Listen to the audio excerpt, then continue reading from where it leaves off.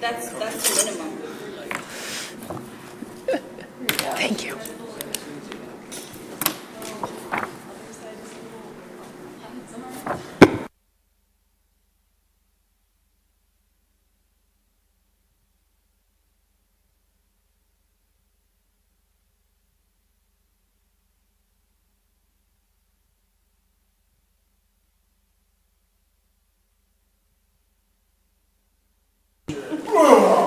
All right, we are going to get started with the HR committee meeting. Before we have a workers' compensation incident related to backpack weight. Okay, it is Wednesday, September 13th. I thought I might just say that because sometimes when you start on the video, you don't really know. It probably says it on the YouTube channel, but we have a 3-page HR committee report this month that consists of the staffing actions and a placeholder that is going to be pulled and no further informational items or future items. So the only thing we have is the staffing report. I'm sure you all have perused it and made your notes and questions, and Member Oswald has something. Thank you, Chair Sandsted. I have a question on the certified resignations that lists the 3 employees as presumed resigned. I would like to know if they have been contacted in any way so it's not presumed. Yes. What happens for those 3 individuals, they were on leaves. I believe one might have been a mid-career leave and the other 2 were policy 4125 leaves. We do send letters to them saying, what are your intents for the following year? If we don't hear a response from them or get a response from them and their leave's expired, then it's presumed resigned. And we do a letter that will be the result of this meeting, and they will get that letter. So has anybody thought to pick up a phone and call them maybe? They are aware, yes. They are aware? Yeah, they're people that we've been, yes, dealing with for the times that they're on their leaves. Okay. All right. I do not like thinking that we're getting, terminating people that may not be in agreement with being terminated. So I'll think about that. Okay. And just to clarify, termination and resignation are not the same things when we're talking HR. Very clear difference. Yeah, so the only other thing that I would add to that is that the initial letter that they receive when they go on their leave says this time frame that they are to notify us if at the end of the leave if they have an intent to return, such as a 5-day time frame. So they're notified then, and then they're notified with the letters that Tim said. So in their initial letter when they get their leave, it states it in there too. Member Welty? Yes, I guess I have sort of a standard question I often ask if there's anything unusual about this, and if anything that you would point out, and if this is about what you would expect at this period in September for HR actions. I'm sorry, can you repeat that question again? Oh, okay, yeah. I'm just wondering if there's anything unusual in here that you would note, and then also. For this time of year, there's nothing terribly remarkable about it to me. Is there anything about this that is not typical of this time of year where these staffing considerations come up? Yeah, no, the piece I was going to bring up was the presumed resigned, because I knew that would be, and it's not something we usually see on here. Other than that, no, there are some appointments, even though we had placeholders for appointments and the non-certified reclassifications, just with the amount of paper that we're processing this time of year, we had to have a cutoff, and some people that we might have normally put on this agenda will be on October's agenda. So. All right, Member Loeffler-Kemp. Yeah, 2 questions. I know all summer long, and we've been doing a great job advertising for paras and food service workers and bus drivers, and just wanting an update, how many more you think we need to fill in any of those areas? Good question. Are you talking about substitutes, or are you talking about regular positions? Either or, I guess. Either or. Where are we at? Are we feeling like we're fully staffed in those particular areas? Currently, no. The reason I would say that is because the para contract specifically provides for the most senior para to be able to take the position straight up if they're qualified. And so we have a lot of movement that's going on right now. And so with a lot of that movement, we see a lot of postings that are happening. And then eventually at the end, we will hire an external if we have, when we get up to that point. So right now, we're still in what I call the domino effect of the shifting and moving and the shifting and the moving. And the paras can only, after the first day of their contract on August 29th, can only do one move in a year unless they're bumped or displaced. So right now we have a lot of people that are applying and we have some internals that are moving and eventually we will get there. But that does create issues in some of the buildings with being a little short. Superintendent. I do encourage people who are interested in such positions to check out our website, isd709.org, and on our Human Resources page, or actually right on the front page, there's a link to job opportunities, and people can easily see what those are and what the qualifications are. And if they have any questions, call, and we're happy to answer. All right.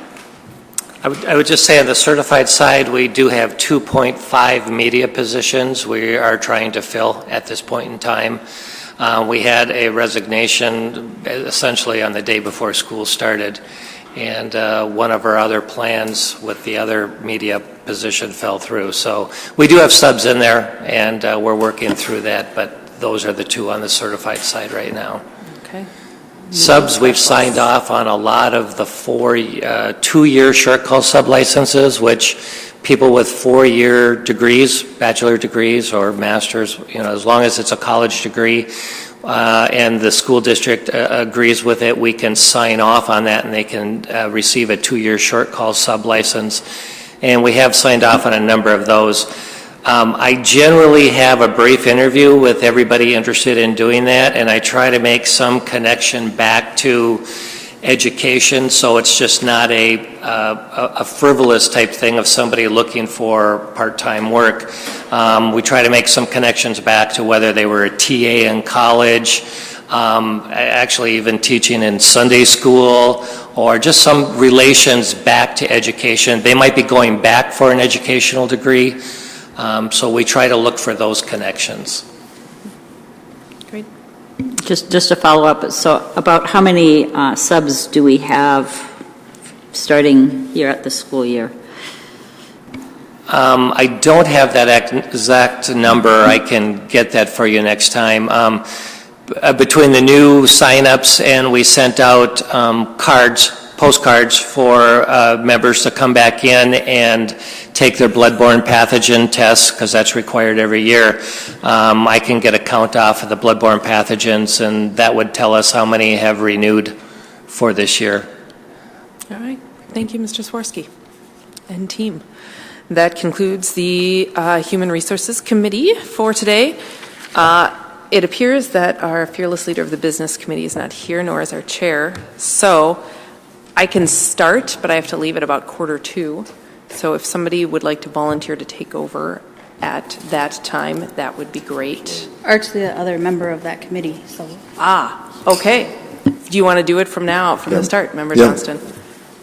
It's all yours. Okay, yeah, Chair Kirby called me up and told me to take over, and since Annie Harla, the other chair, is not here, so thank you.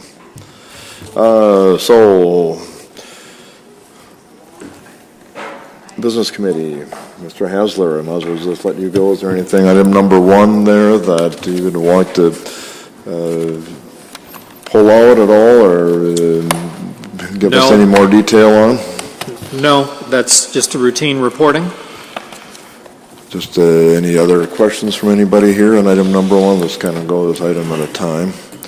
I will say something. I know Member Welty apparently often asks questions, and Peggy, I know you often respond to those questions, usually on email. I just want to thank those responses, and thank you for sharing with the board. Those are good. So thank you for that, both of you. Superintendent.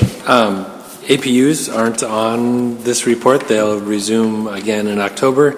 But I did want to note, as I noted in my weekly communication to the board, that our enrollments are above our projections right now. We still work to get a October 1st number. That's our official number that we use, but things are looking pretty good right now. That sounds real good. I'm looking forward to seeing that, so get it to us as soon as you can. That'd be nice. Okay. No other questions on number one. On number two, Mr. Hasler, no bids, no RFPs, no quotes. Okay. I was going to say back on number one, I was going to mention the fundraisers on page 21. We do have a fundraiser, and it just doesn't say much what it is, but it's always nice to have a fundraiser, a stole, and people going to Rock Wolf Ridge. So. I have a question about that. Oh, well, okay. Go ahead, Member Oswald. Are residual beef sticks qualified smart snacks to be sold if they choose to sell it within school? My guess is no. I'm coordinating with the principal to make sure we understand what that is, and if it doesn't meet the smart snack requirements, it would only be permissible for it to be made available after the school day.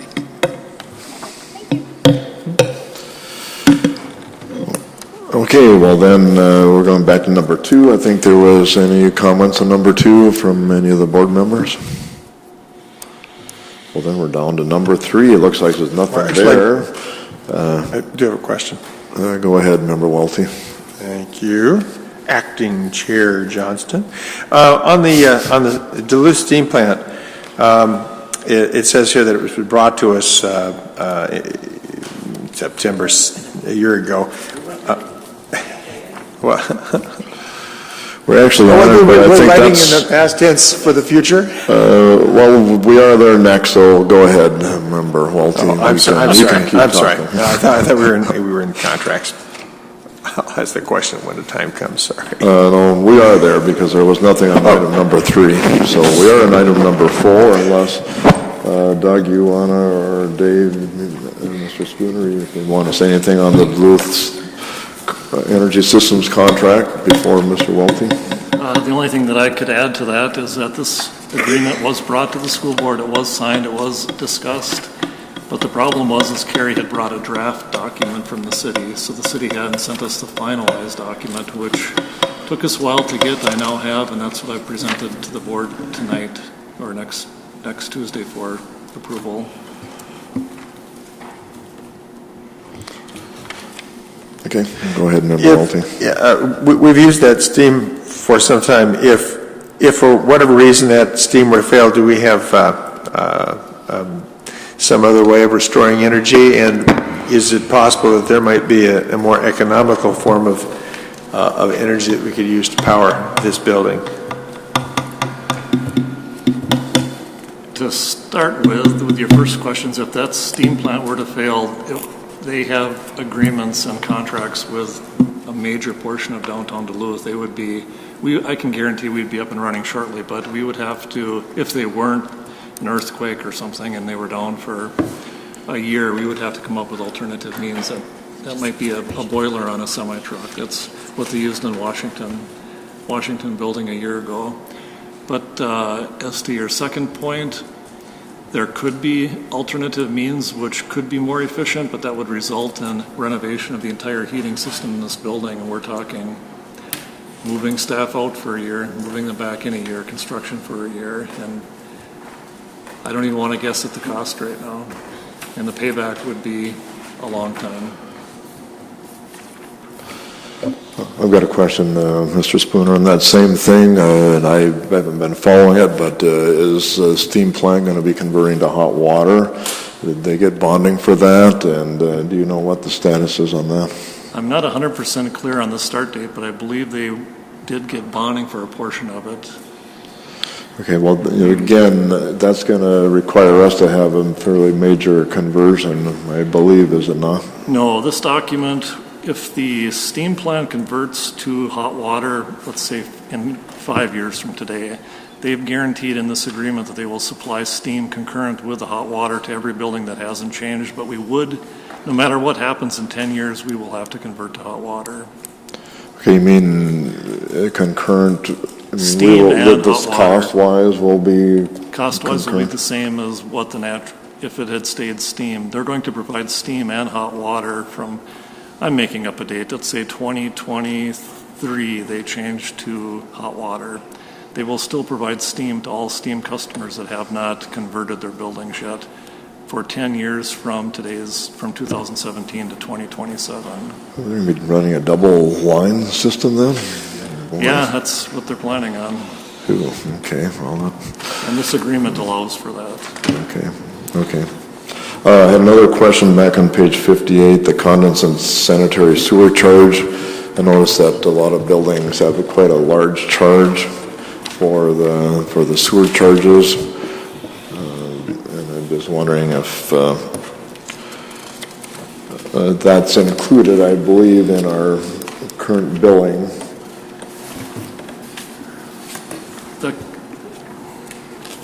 Yeah, on page 58, down at the bottom there. You don't. Well, yeah, you've got there. It just says, I don't know if that's an additional charge or what does that mean? This is a additional charge. I think most people would suspect that we pay based on steam consumed, but that's not how they meter it. We take steam with no meters. It goes through the building, condenses, comes down, goes through a condensate meter, and then they meter the condensate, and that's how we pay. They convert it from condensate, but it goes into the city storm system, so there still is a charge that they're charging us for that volume of liquid going into the storm, and that has been. This is just clarifying. These numbers, I don't know how much they've changed each year, but we have been paying these all along. Okay, so the bills that we get doesn't include the sewer charge? Correct. It has. And they always have. Yeah, okay, good. That's getting very high now. Right. Everybody looks at their own utility bill. It's sewer charges as much as a water charge. Right. Of course, it's different. But the sewer charge is built into the consumption charge. The consumption of steam includes the storm charge or the sewer charge. Okay, well, thank you. Go ahead. Thank you. I just wanted to note that I do see that we have a term in the agreement that we can assign our obligation if we convey the entire interest in the premises, aka if we sold the building, we would be able to transfer this agreement with the sale. That language was not in the draft agreement that you approved a year ago. I worked with this Duluth Energy System to have that language put in, and that's the only change in this document. Thank you for including that. Thanks. Member Oswald? I just wanted to ask on page 58 also that it's 2016 rates, and so we're approving this contract at 2016 rates, and so it's 2017, and are those still applicable? I mean, are we signing onto something that we don't know the cost of? This document was created in 2016, and I can't tell you what the 2017 rate is. I would believe it's the same. I can verify that and get back to everybody before the board meeting or at the board meeting, but if it's different, it isn't much. It's 1 cent, 2 cents, something like that. I appreciate you checking in on that. Thank you. Yeah, and if there's an update, it should be included in the final thing we approve on next Tuesday. Member Welty. Yes, Mr. Spinner. If after 10 years we have to convert to hot water, will that, as an energy change, require a year's displacement of staff from this building, or is that not as extreme? We have not consulted with a design professional to determine the best way or best route to modify this building to hot water. I would suspect, just from the general knowledge I've gained over all the renovation we've done in the past, that it would be difficult to do with the building staffed, but that doesn't mean it can't be done. Anything can be done with if you have the money to spend, or if we can come up with a plan to move people floor by floor, run steam and hot water at the same time. So that's not something we've looked at yet, and I really can't answer you directly. I'll just tear off on that, Dave. I was going to ask that too, but some of the engineers that I work with, when there's a conversion going over, people indicated to me that we should at least look at the cost of going independent, because that may often be cheaper since we're going to have to invest a lot anyway. It may very well be cost effective. I don't know. I'm asking you when that happens, which it sounds like it's going to someday within the next 10 years, to actually look at those costs and see which one, if there's much of a cost differential before we just go through and, okay, we're going to have to convert to hot water anyway. Maybe we could, since we got to convert anyway, maybe convert to another alternative heating, like a boiler system. Right, I agree completely. Hot water is the most efficient, and we do know that, and we will have to convert at some point if we're still in this building. But before doing that, we would certainly have a consultant look at all the options and determine which is the most cost beneficial for us, whether we provide our own hot water or we work with somebody like DES. Mm-hmm. Thank you. Member Sandstead. Yeah, I just noted on page 32, Article 5 talks about the cost, and so it says, unless otherwise specified, the monthly capacity charge shall be as determined according to the policy approved by the Duluth City Council. And the one that's in effect is Exhibit D. So it's that calculation in Exhibit D. So that's going to be the cost, not, I think, using the capacity charge rates. Okay, are you saying the one on 58 is the proper one then, or I didn't understand you? I think 58 is part of Exhibit D, which starts on 56. Right. So that controls here, unless it's been superseded by something approved by the City Council, which they should have updated. And have they passed a new I don't know the schedule? answer, but I would presume that they would update it in the contract if they wanted us to pay an updated amount. Yeah, right. Okay. Okay. Double check anyway. We'll confirm that. Yep. No more questions on that? Okay, go on to item number B. Mr. Hassler. This is a change order relating to the playground rubber mulch replacement project that is ongoing. And this is relating to SAS and Associates, which is our consultant on this project and overseeing the work that is being done. Dave can probably give you more explicit detail, but relating to the management of the project that we have ultimately gone forward with has involved a much larger time commitment on the part of SAS than any of us anticipated when we were originally contracting for this work to be done, and it has required additional work and time on the part of SAS, and that's the basis for the change order. Mr. Hassler said it perfectly, but the only thing I can add to that is probably in the upper Midwest, there has been no established baseline for what work of this nature would cost as far as the design professionals' design effort, the construction observation, interaction with contractors, coordination of materials, and SAS plus Associates did not have anything to go on when they provided this document. I can personally attest that Luke and Allison and Matthew, they're working 7 a.m. to 10 p.m. and I'm on the phone with them 6 days a week at least, if not 7. And they've confided in me that this document covers probably half to 3/4 of what they've spent. They've got more into it than what they're even asking for because they feel bad of even having to ask for this. But I've told them that they've incurred work. They didn't know that it was going to be of this amount or of this nature. Some of it's being incurred because our plans and specifications and as-builts were incorrect. So the documents that they created their design on were not correct. And that leads to a whole nother topic. But they have just incurred a lot of extra time, much more than I ever expected. I'm spending much more time than I ever expected on this. These playgrounds I'm spending more time than if we were building a building. The CTE lab was a piece of cake compared to these playgrounds. It's a nightmare every day. And Luke and Allison are living it, and that's why they've provided this document, to be compensated for that extra time and labor that they've spent. Superintendent, do you want to add to that? Just a little bit more. I think each time we're getting more information about it.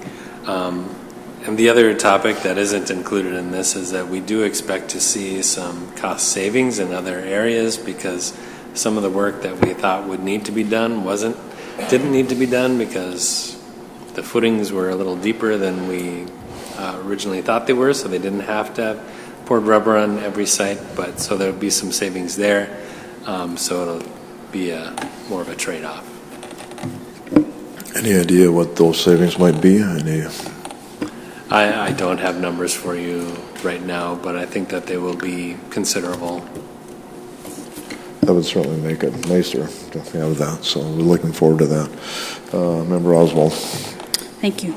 I have to say, when I read the synopsis, I was a bit alarmed, because I know that I have had the conversation and I've asked the questions about the plans not being correct, and I was reassured that no, you're mistaken, they are. I know Corey Kersling has publicly posted on Facebook and has privately told me, and has been very vocal, as you can imagine, about talking with Luke before the bidding process about these plans not being correct, and begging him to just go down to a playground and dig down and see, like he had done. And yet we're told, no, they're okay. And now I understand your plea in your explanation kind of varies from what was given to us in the synopsis, in the brief summary, in that the summary details that it's specifically because these playgrounds aren't like the plans. So we finally get confirmation that, yeah, we knew this problem existed, and now we're having to pay extra money for it. But I also understand your argument of, they're giving all they can and extra and that sort of thing. So I would have much preferred to hear that was the reason in the paper, rather than specifically blaming something that I know I already brought to your attention. I know Corey had discussed it endlessly, that he had the plans and he saw that they didn't match any of the playgrounds he was at. So I am a bit concerned that Luke was scapegoating on this to do that, but now with your explanation, I'm fully confident in approving this. But I just wanted to let you know that that's what went through my head when I read this. The only comment I would have on that is the items Corey identified are not the items that are not per plan, and that's all I can really say about it. Thank you. And I do have a question on the contract related to page 63, one of the very last lines. It says in the contract that we are ready to proceed with work as soon as authorized. So have they been authorized already, or are they waiting for us to approve it? Luke, Allison, and Matthew from SAS Plus Associates are doing the work, and they'll be doing it for free if it's not authorized by the board next Tuesday. They're committed to get the project, seeing it done, and if they get paid, which they want to, that's great. If they don't get paid, they're our partner and they're finishing the work. I do appreciate their willingness to work, while this is in process. I personally will approve this. Don't even think about that. I understand they're working very hard, and I appreciate everything they're doing to get this project done. I just wanted to make sure that the project wasn't on hold and connected to any delays that may be perceived by the public, waiting for this approval. And so I'm glad to hear that they're doing what they need to do to get it done. Thank you. Member Lafleur-Kemp. Yeah, I guess just a couple comments. Thank you, first of all. It's been great as I've gone to the food service lunches around the district this summer to see the work that has been done on the playgrounds, and it's flashed up on a lot of Facebook pages every time there's been a new start at a school. So really appreciate that we've been able to move this as quickly as we have, and please share that to Luke and Allison and Matthew. That really appreciate that. I think in terms of the over cost, you know, I went back to some of my notes way back as we discussed this because I was taking a lot of notes back then, and you were very clear with us as we were discussing this that you know, this is a first-time project the way we were doing this, and that, you know, the cost, we're going to do as good as we can to estimate the cost. I think Luke was very clear, and so wish it wouldn't have, but you were very clear with us as the discussion was happening that, you know, this is, because this is the first kind of project of its kind at this, across the district as we did, that, you know, they're doing the best to come up with the approximate cost. So I guess I just want to acknowledge that. I saw that in my notes when I went back and when I read over this, and just kind of took note as I knew this discussion was going to happen. And I think that we certainly need to pay them for the work that they're doing. That shouldn't even be at question here. And I appreciate you bringing it to our attention as quickly as you are so that we can move forward as quickly as we can to pay them, and also to get the project done that we frankly, again, have moved very quickly as a district and as a board to do. And I'm really proud of what we were able to accomplish in really a short amount of time, so thank you. I'd just like to add a comment. I do think we have to keep in mind, though, also that a contract is a contract. And I did not see your original contract, but most contracts say that the existing conditions or the existing structures have to be confirmed. At least I just got done writing a contract with that language in myself. And since I'm assuming all contracts have that, and it does seem from a contractor's point of view, again, I'm not going to object to any consensus here, but sometimes, me being a contractor for the federal government, sometimes I make good money and sometimes I lose my shirt. That's just the way it is. So again, just because they're working hard doesn't necessarily mean that the contract entitles them to get more money, particularly if you had a clause in there that the contractor must confirm the existing conditions before you start a design. So I'm just throwing that out, that I'm not... that I'm hoping that you're considering that too, Mr. Spooner, for future contracts. Member Oswald, go ahead. Thank you. I was just taking the opportunity to ask for an update on, projected timeline completions, and specifically I've had concerns to address about Homecroft's playground because they have no extra space to play on, and currently their older children are having recess in the parking lot in front of the school. And that's a concern with traffic, and the younger kids don't get to play, they get to walk around the school on the grass. So any idea when they can, how long they're going to have to put up with this? Is it going to be more towards the end of October, the deadline, or is it going to be done sooner than that, do you think? My prediction would be that Homecroft will be completed by October 15th at the deadline that the contractor has. They are working tomorrow on the port in place on Homecroft, and we have a lot of sites open and a lot of work left to do and not much time, and they're all working as quickly as they can. And we had a very short timeline. We awarded the contract late in the year. We gave them till October 15th, and they've got other work too, and they've calculated this into their work schedules to be completed by the completion date. So I can't tell you that it'll be done sooner. I mean, it could be, but it could be done later if it rains every day for the next 2 weeks. I can't tell you. The weather has been a big impact. But at this point, I feel optimistic that we'll be done by October 15th. Thank you. I'm not trying to criticize at all, and I'm just trying to be supportive and maybe encourage some communication outreach to remind people that they're doing the best they can and to keep them in the loop, because, silence, things can get kind of crazy if they feel that it's locked out, especially the parents there that are concerned for their kids. And so I think, a little extra communication there to tell them we're doing the best we can would really go a long way in helping them be resilient in dealing with the circumstance that we know we chose and it had to be.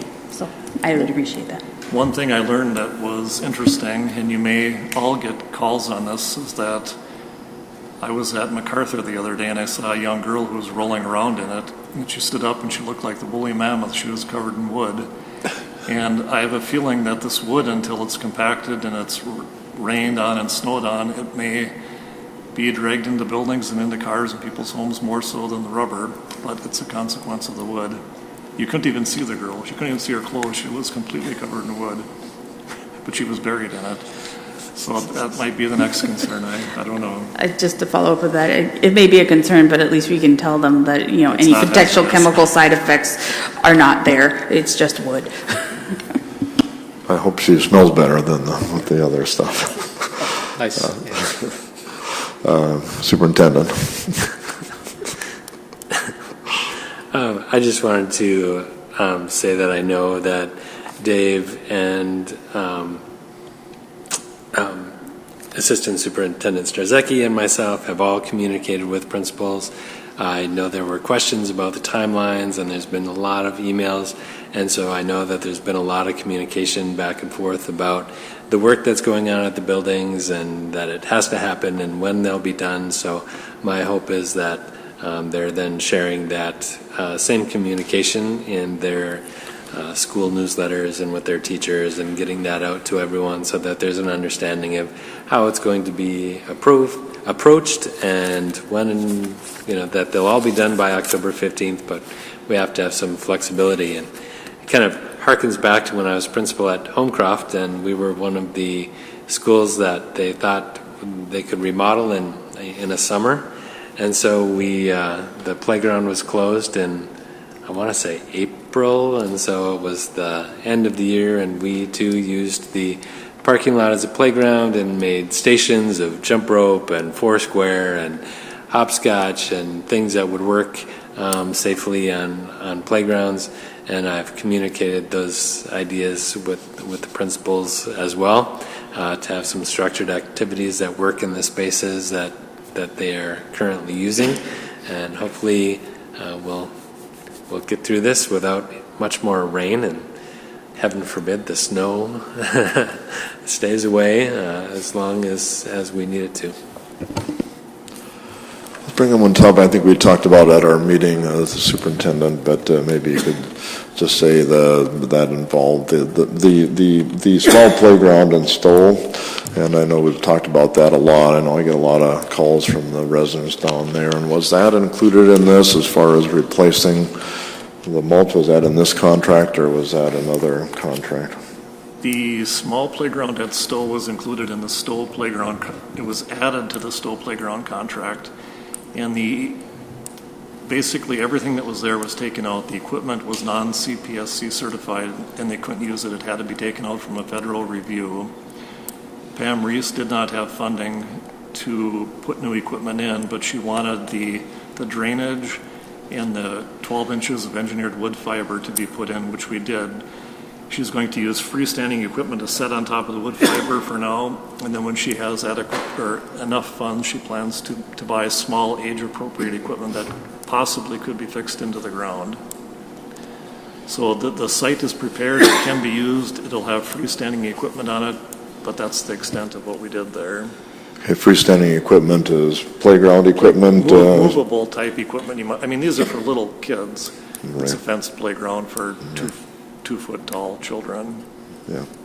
Okay, well, good. I think the Stoll people will be glad that there's something there, and I know we always have the bone of contention with the gates and the fences too, but I know I'm probably going to ask them to come in and talk to the superintendent over that.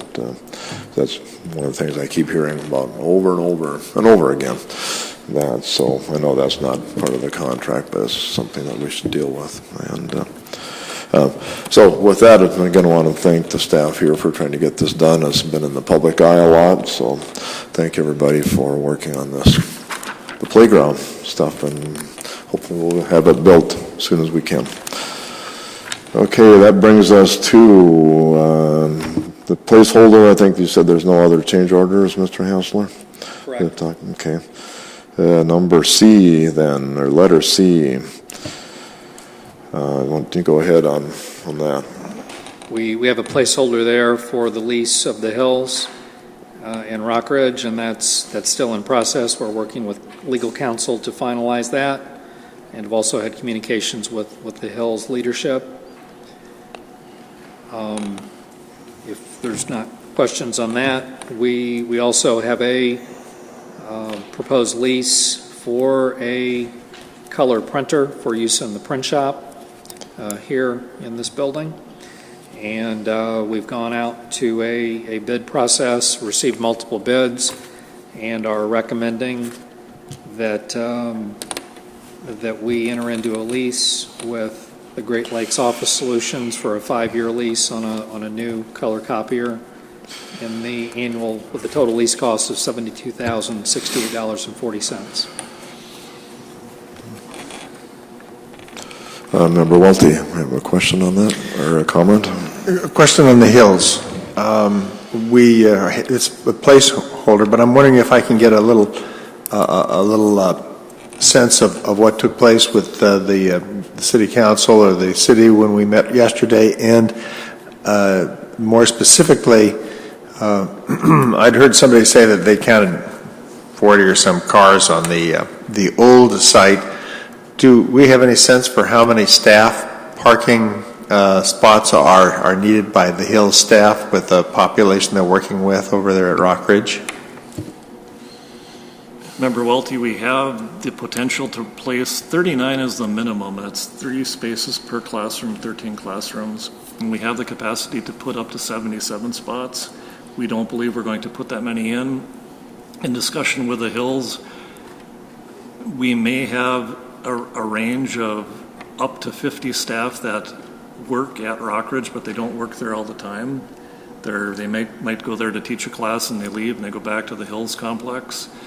So we're thinking in discussions that we've had with the Hills and with the district that we're going to be in that 40 to 50 range of parking spots, of designated spots, along with additional parking as needed for staff that might come if there are more, but we don't believe there will be more.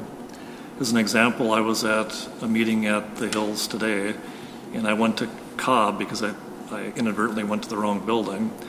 And since I was there, I did count the cars, and there were 19 cars at 1 p.m. today. So I can't tell you exactly what we're going to end up with. We're doing our best to study, and we know what the range is that we can build, but I don't have that exact number today. And as to the city council action, Dave can speak to this. He was there. The city council did take the zoning request up on second reading on Monday evening, and I believe they approved it unanimously.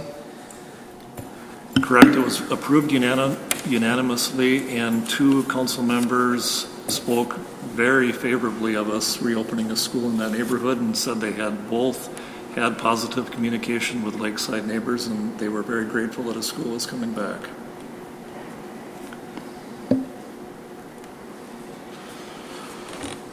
Okay, any questions on the print contract? Oh, Member Loeffler-Kemp. Mine is to do with the Rockridge, so if we can, just because. Oh, go ahead. I just wanted to know if there was any questions that also came from the council besides support that we received. I know from City Councilor Gary Anderson. And I've been to all the meetings, and there has not been one question asked of the district. Doug and I and the superintendent have been, not one. And there was nothing at the Planning Commission. When we were at Planning Commission, we had a small introduction that we made to the project. The members of the Planning Commission did not have any questions for us. They did not have any questions for staff, and staff were recommending approval of the zoning change. So we we thought that was a real good start to the process. That's obviously the first step, and then with the first reading and the second reading, those were the next two steps, and now we're at the end of that process. Okay, great. Well, you must have done a good presentation at those places, and thank you for working so closely with the Planning Commission and the city. But we really do appreciate the assistance of the city and all the staff that we work with. They were very, very helpful throughout the process. Superintendent? Yeah, I was just going to note that I was there a little early, and a couple of council members sought me out to especially thank us for the work on this and that they were happy it was moving forward. That's good to see. I know earlier we've had some controversy on the old days when we were trying to sell it, and it's nice to get back where the community is happy. Thank you for your work on that. Okay, we go down to the resolutions on page 68, acceptance of donations.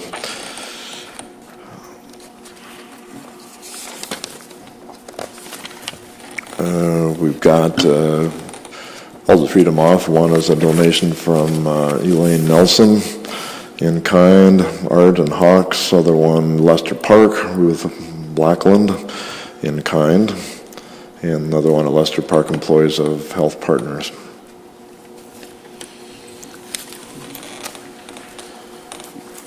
Okay, authorized bank account signers. I'm assuming this is just some, pardon me, Member Lafleur-Kemp, go ahead. I just had a question about, on page 68, I was just curious with the Employees of Health Partners, Lester Park, was that kind of a contribution back with time, or... Don't know, but we can find out. Okay. I assume that, but yeah, it would be interesting just to find out and thank him if that was the case. Yeah. Okay, we'll go down to the authorized bank account signers. Is this just kind of housekeeping here, the superintendent, or yes, Mr. Haslund? we've had a change of staff, and so we need to authorize a new signer and remove the authorization from the prior occupant of the position. Okay. Next one would be a resolution maximum levy certification, and that's something that we have to pass, I believe, at this time of year by law, whether or not we're going to go independent or not. Do you want to say anything more about that, Mr. Haslund? I'd be happy to. You're right. It is a requirement upon us that in the month of September we do need to act on a levy certification resolution. Peggy and I have both been involved in meetings this week with MDE staff where they have been reviewing the levy certification calculation with us, and that's a unique calculation for every school district. It's quite lengthy, about 39 pages, and in my view, kind of a little complicated, but that's okay. But it's different for every school district in terms of how you work through that calculation. I think it's fair to say that MDE is still in process. The information we have, I think, is good information, but I do think it should still be considered preliminary. And they're working on finalizing that. I know there was a new certification document available to us today. I didn't see any significant changes in that. I know there were some minor changes, but I didn't see any significant changes in that compared to what we'd received last Friday. Was the first one that came out, and I think there may well be others. There's still some work that needs to be done on that, but that information is coming together, and we would need to be acting on that in the current month in September, and then we would be coming back in December and have the ability to take another run at those numbers, although it should be understood that we can't go above what in most cases we can't go above what is being certified in September. So September kind of establishes the ceiling for us, and then in December there would be opportunity for us to refine things if we found the need to do so. So at this point I think I'll just stop talking and respond to any questions you'd have. Member Welty. Yes, Mr. Hassler, this is all based on the very complicated Minnesota State formula that my sense is the Department of Education is very proud to complain about to other states, kind of like we Minnesotans love to talk about how it's 50 below zero every winter to people from Florida. I assume that there are going to be worksheets or there'll be a formula worked out. Is it a possibility that we board members could see that formula so we just kind of pour through it and scratch our heads over it and see if we can understand it once you've got it? I'd be happy to provide that for you. Thank you. I appreciate that. It's a good read. War and Peace. I would actually appreciate that too. I'm always a little bit uncomfortable passing something that doesn't have a dollar figure on it, and so I'd certainly appreciate that as well. Superintendent. I was just going to note, as we were at the city council meeting this month, they did the same. They passed the almost an identical resolution for the city. So it's not just school districts that do this. Yeah, I'm sure everybody does, but still, it's always nice to know what it is before we pass it, because we can't really take it back, but it is kind of open-ended. But thanks for sending that on.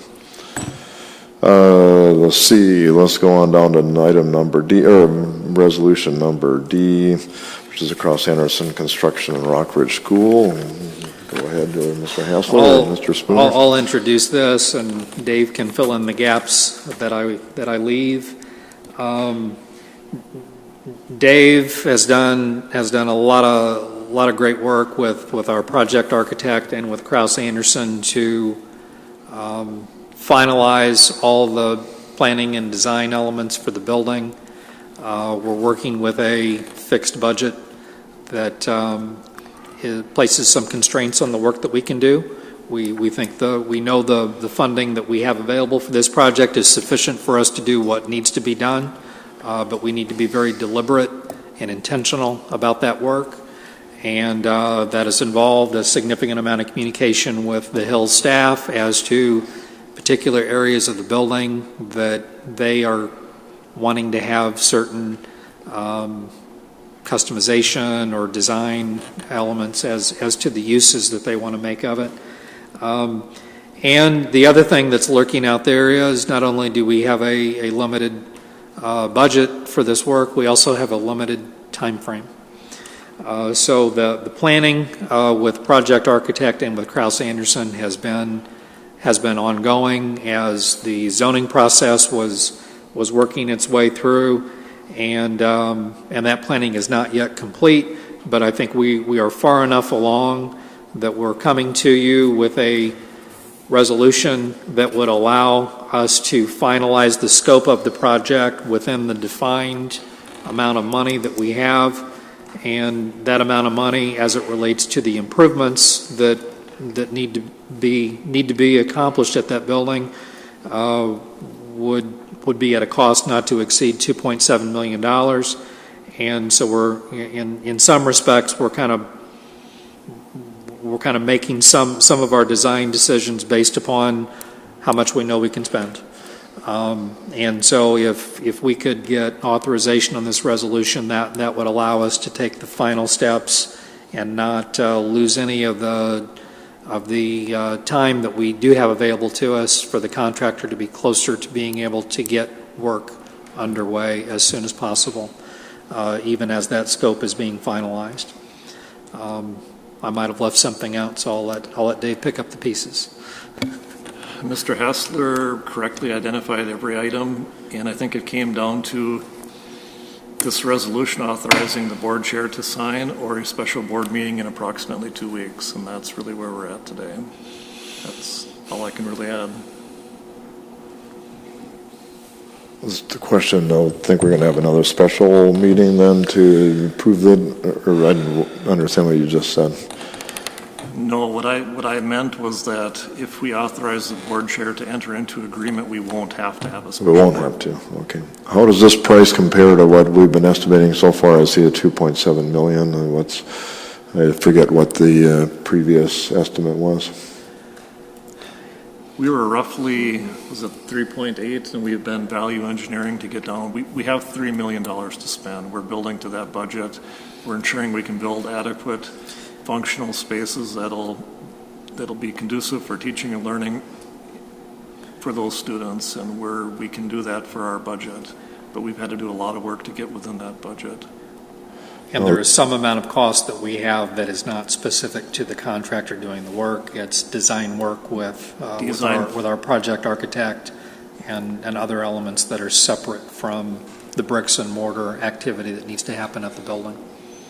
So just again, this is, I think you talked about this, to that new type of contracting you mentioned, Mr. Spooner. Correct. Where this is kind of a turnkey thing in a way. They go to this, the contract that you mentioned. We don't have a separate architect and then a separate general contractor there. Well, we have an architect. We've previously approved Architectural Resources Incorporated, but they're at a reduced scope. They're creating plans and specifications only to a level to achieve building permit. They're not drafting a full set of documents and prints because this is more of a design build model. And that's what's required when we use the Gordian Easy IQC state contract purchasing method for construction. And I don't know if you were asking, but the $2.7 million is what we feel we have for construction. The $300,000 to get to the $3 million is the soft cost related to ARI, the fees for the architect and design and construction observation on their aspect, geotechnical, and other fees that we might have that the district incurs, such as asbestos abatement, for example. Okay, so we're somewhere around $3 million then, probably, is what that will be. Budget. I know we passed a bond here, what was it, 2 months ago to cover this, and again, remind me how much did we put in that bond to go toward the Rock Ridge? Anybody remember that? Was it 3 even? I think so. Yeah. 3.6. No, 3 even. Then I know we had the roof on. Well, it was 3 even plus $600,000 of capital also at Rock Ridge. So our budget was $3 million even for Rock Ridge. Okay. And Roswell. Thank you. Maybe you just alluded to this, but is there a buffer built into the budget and planning for any change orders that come through? In that $2.7 million, we currently have $200,000 for contingency, and once we get towards the end of the project, we'll complete projects that we value engineered out. We need all of it to do it, but we've got $200,000 in the contingency column right now. Okay, and this also includes the construction of the parking lot. I mean, we went over the parking lot questions anyway, but it's for the whole. It's the whole thing, but that parking lot will be gravel still and back. We don't have the funding to do all site work at this time. And we can fit it all in the space that we have that we so own. Correct. Good. Thank you. Member Welty. Yes, according to our policies, is what I'm about to describe correct? We are setting up a resolution for $2.7 million. But in the contract, there is a contingency for $200,000 worth of change orders, so that if we needed something in excess of the $2,700,000, you would be coming back to the board, or it's within not? the 2.7.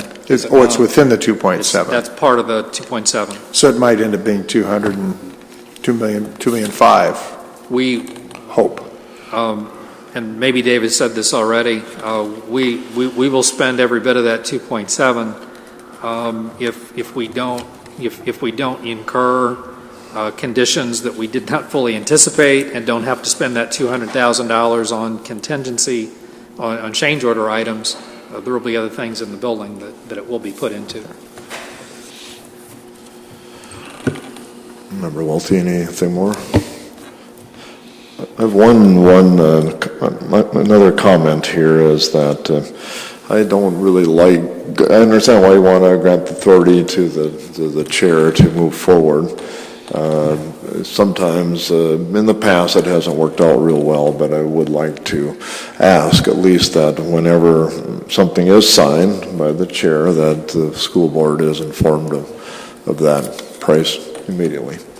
And or at least at the next meeting, and probably preferably, send us an email that, hey, we signed it, it was for $2,500,000 or whatever. Yeah, I would appreciate that we would be informed. Member Loeffler-Kemp. Yep, two questions. One is I get the sense that there's support for this. I'm wondering if we do all pass this next week, how quickly then can we move forward with starting construction, and what kind of timeline are we looking at? Anticipated start of construction is October 9th. And that leaves us about a 2-month window to complete the construction by December 15th to allow us to move in over Christmas break. And that's a very optimistic schedule, but that's what the schedule we have, and that's what we have to work with, and that's our goal to get it done. Okay. Thank you. I did want to add that the site work will probably be delayed until spring, or unless that's changed. Depending on weather, we feel we can get it done this fall, but if it does get really cold and they can't do the site work, that may be put off till spring, but our goal is to complete it all prior to the snowfall. I mean, the site work will be first, and the building will be completed when the kids move in. That's our intent. It could change depending on weather. Member Loeffler-Kemp. Yeah, I did just a quick comment. I was up at the Hills Fall Fest last week, and the staff are very excited about this, and I also have been out in my neighborhood a lot and around Rock Ridge, and I think folks are very supportive of this. Yep. So no other comments on that. I guess we'll go over any other, I don't think there's any placeholders, so we'll go on to number 6. Informational items is go on to page 72, expenditure contracts. Anybody have any questions, comments on our expenditures that have been signed? Just to, I think, remind everybody, administration can enter into contracts under $25,000, just notifying the board, and this is how we usually do it. No comments on that. The revenue contracts. I think we might have one. Yes. Oh, pardon me. Go ahead, Member Loeffler-Kemp. Yeah, I just wanted to comment on page 93. Thank you, Mr.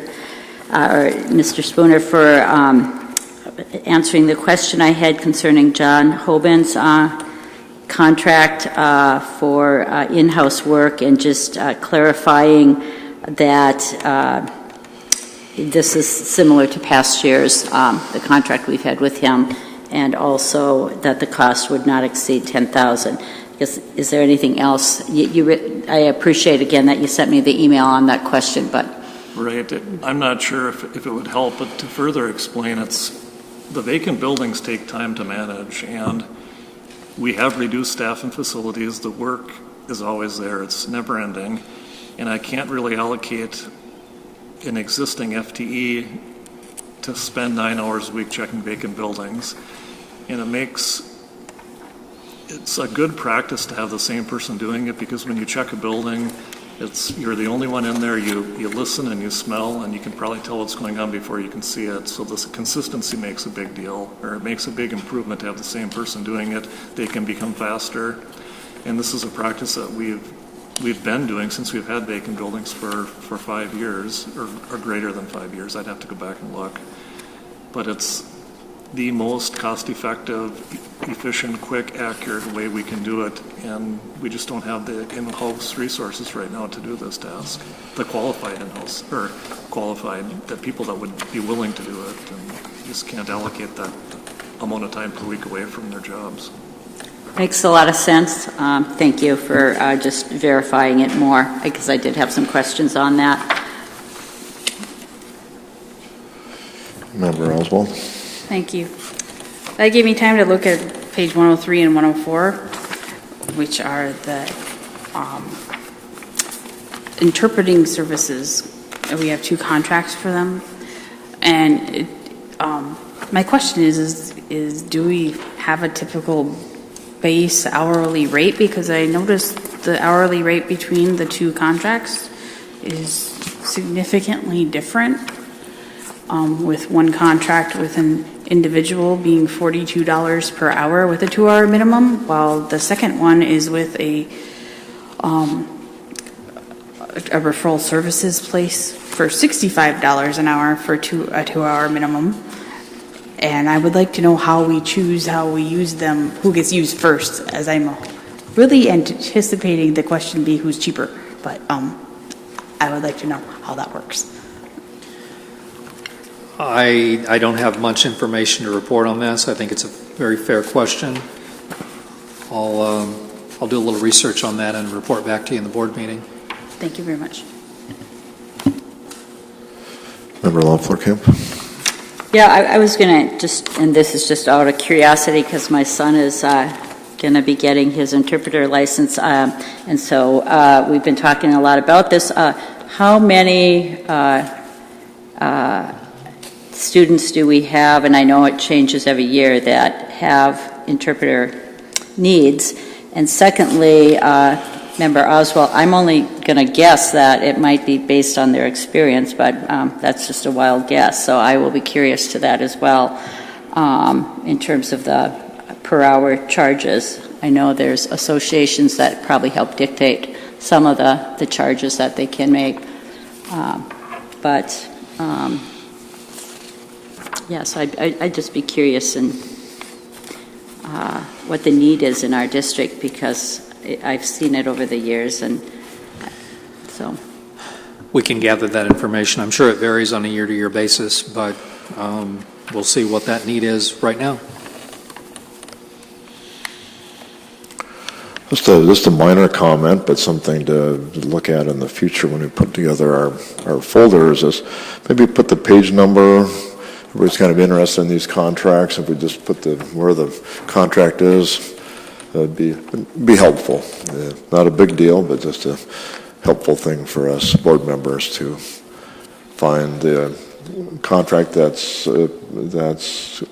correlates to the expenditure. And like on page 72, just add a column there about page number.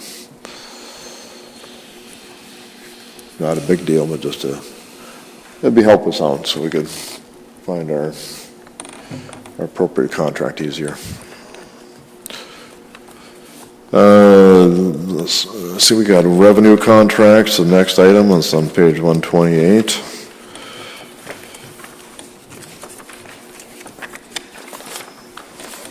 Oops, that's not on page 128, is it?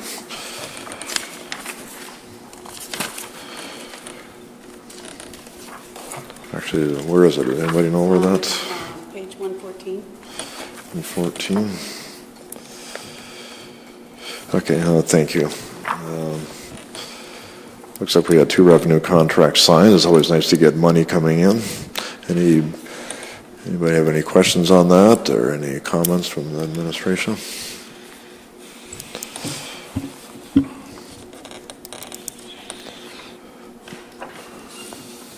Just make a note there to change the page number. Thank you.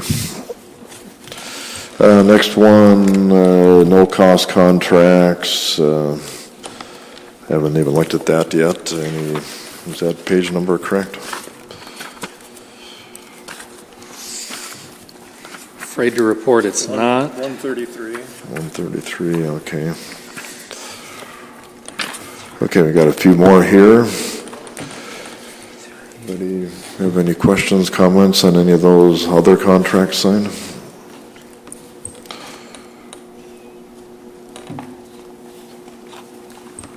Member Loeffler-Kemp. Yeah, I had a question on page 133. Positive Energy Outdoors with Lowell Elementary. Are they going to be providing this as a separate after-school program or as part of our Key Zone program? This is a separate opportunity for families at Lowell. We're also looking at expanding their participation to Congdon, but we're still in the process of looking at that. But this is an outside organization that we have a partnership with that provides mainly outdoor after-school activities and childcare. And so the families have a contract with Positive Energy Outdoors to provide those services. And there's also an agreement that the parents sign that they realize this is not a service of the Duluth Public Schools, but something separate. I have a quick question on the first item there, which is University of Minnesota, use of Central High's track, shot put, and discus. It's a zero amount, it looks like, which normally I would say that's cool, but I know one of the things that we brought up on the Park and Rec Board, and seems to come up pretty frequently, I know we've talked about a little bit, Superintendent, was we do charge for a lot of our facilities, and just wondering, why are we not charging for the university here I think we charge other recreational groups?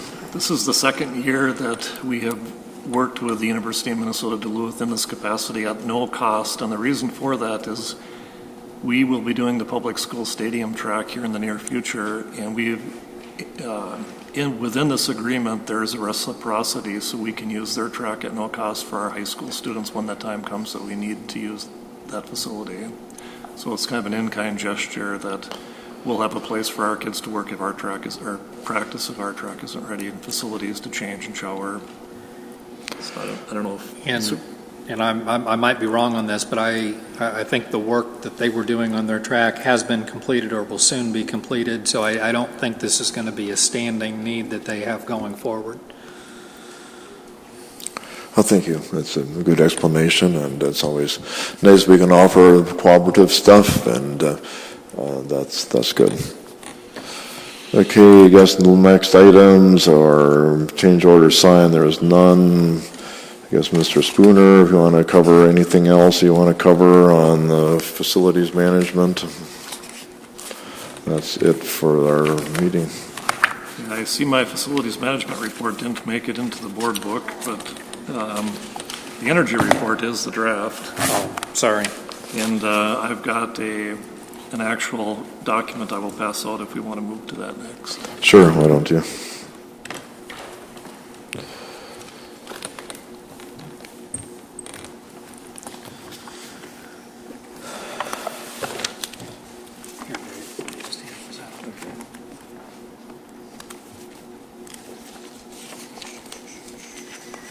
Thank you.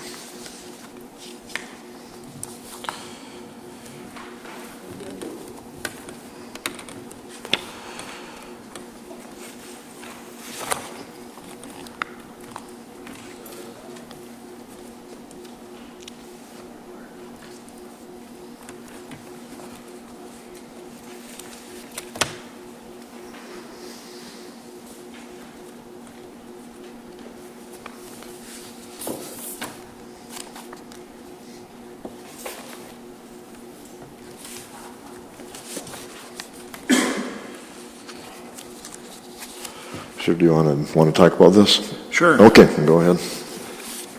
I've got the energy report, and I also have two members of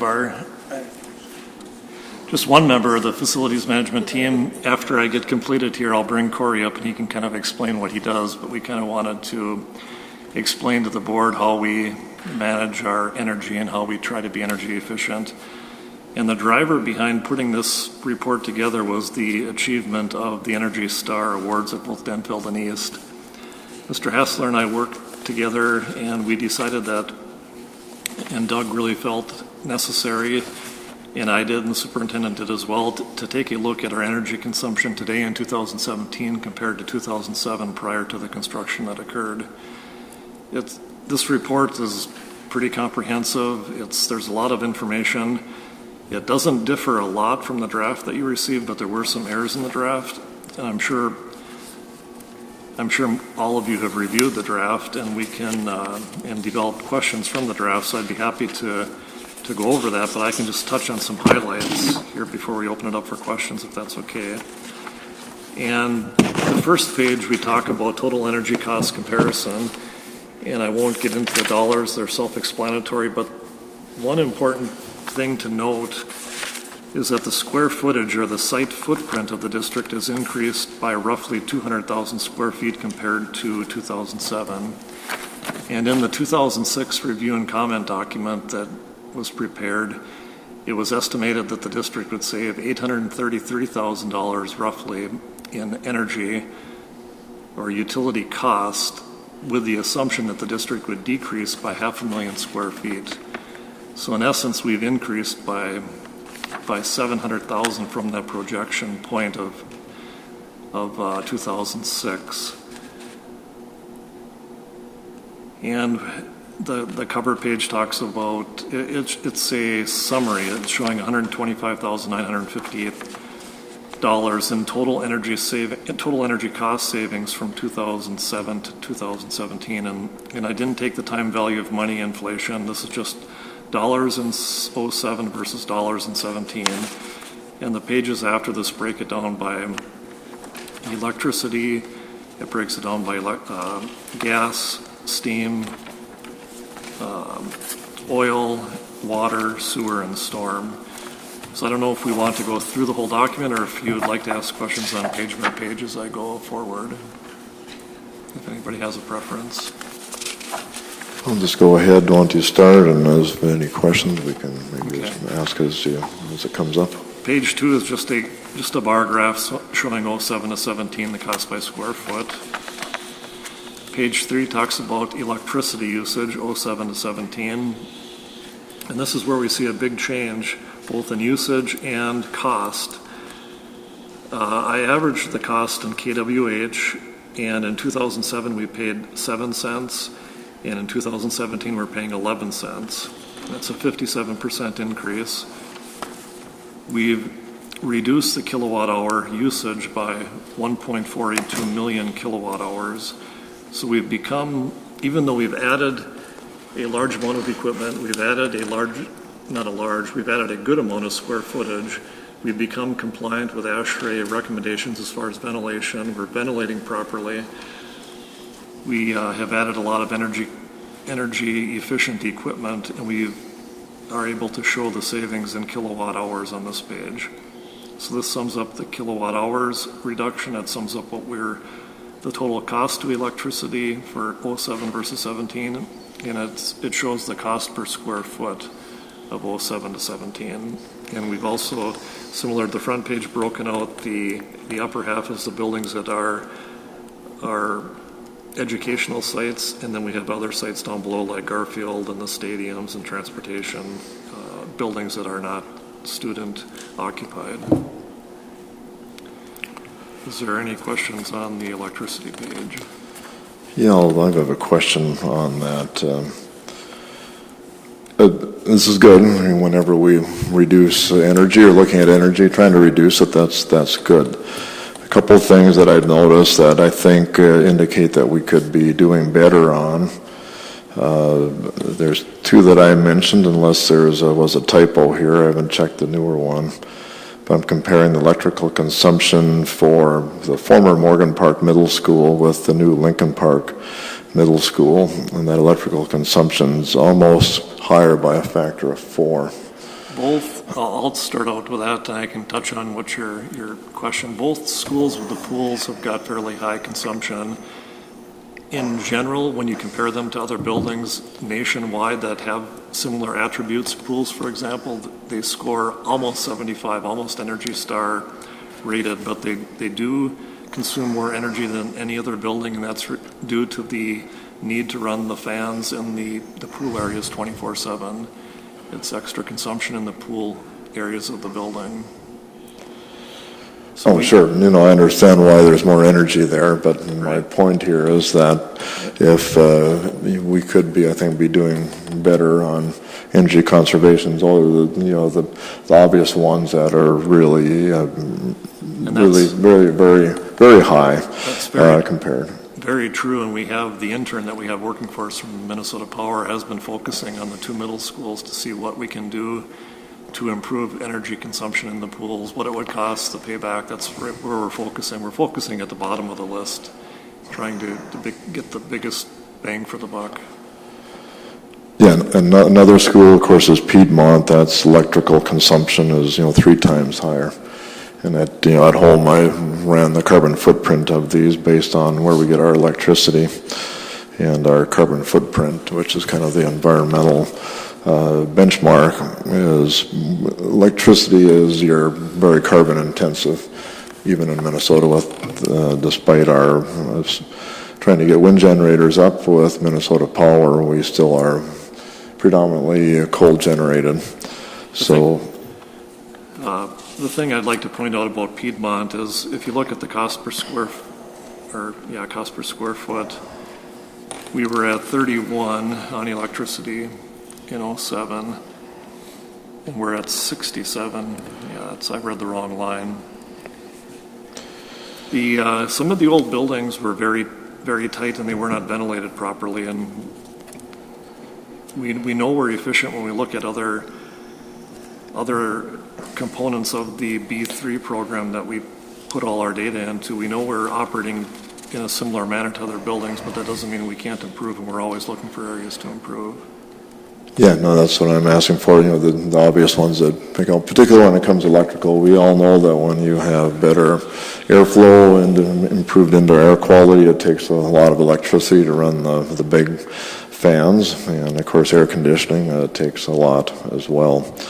But those are areas where I would certainly like to see it better, and I'd like to see some answers. Remember, we were promised that the energy consumption was going to be reduced. I think $833,000 per year. That was in 2009 dollars. So it's just indicating here that the promises that were made to us haven't came true.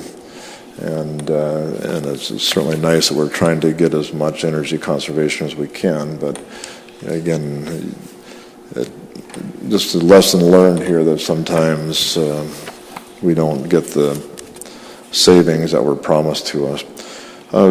Talking about that as far as indoor air quality, I'll ask this here. I'm hoping it's okay to ask. I guess I'm the chair here, I can ask. But I was told that, say, in the elementary school in Laura MacArthur does not have air conditioning in the Spirit Valley Center, nor in the food service, nor in the lunchroom.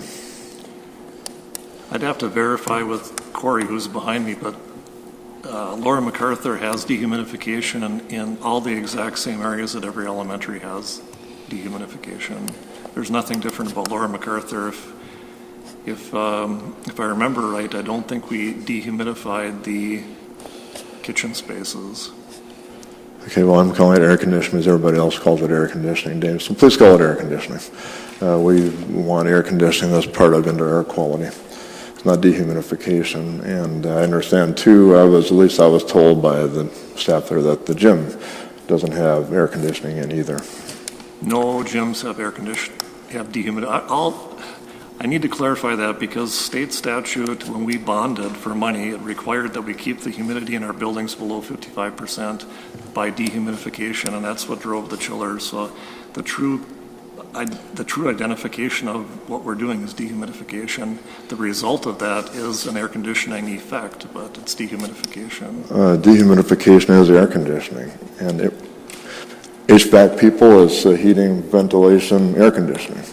We don't have this not to, and so just it's air conditioning. You dehumidify it by air conditioning, and then if you're like most people, you heat up the air again, called reheat.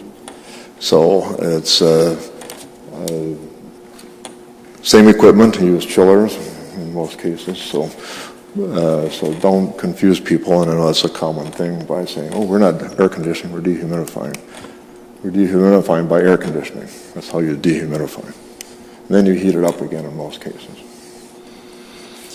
which is not energy efficient, as most people can probably figure out.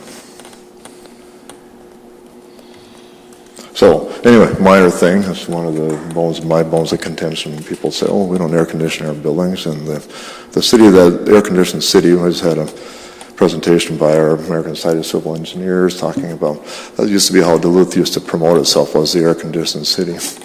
And I don't have any problem with air conditioning in schools, but please call it air conditioning because it takes money, and it takes the same amount of money as dehumidification.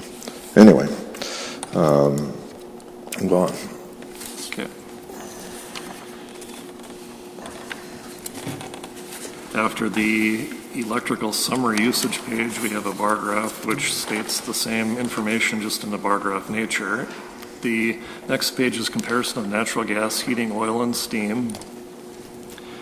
It shows that that we're doing very well in this realm of utility usage. We've also seen a reduction in cost of the product itself. The average cost per square foot in 2007 was 47 cents for our heating fuel, and in 2017 it's 24%, which is a 48.9% decrease. I've actually got some more information on my report. Pull it real quick.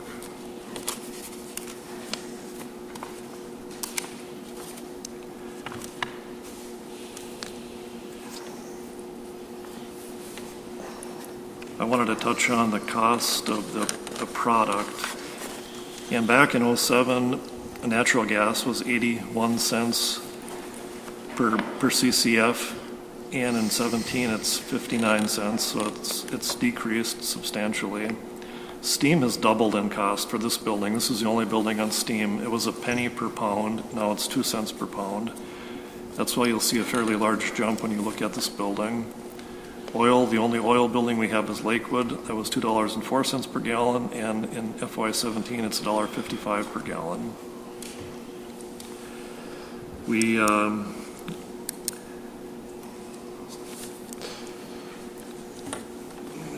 got so much information, the subtotal of the gas. We've spent on the cost per unit, or the cost per square foot in sum of all buildings for gas is 44 cents in 2007, and in 2017 it's 18 cents. 2007 steam was 13 cents. 2017 it is 52 cents. There's a big jump. And heating oil, 28 cents per square foot and 31 cents in 17. Is there any questions on this information? I know it's a lot to look through.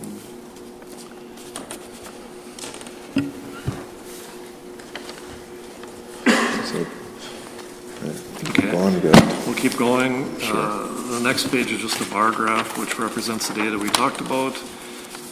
The next page is comparison of water, sewer, storm usage. We've had a decrease of 7.6% on the water, sewer, storm usage. We've had a total reduction in this expense of $28,000 when you compare 07 to 17. The cost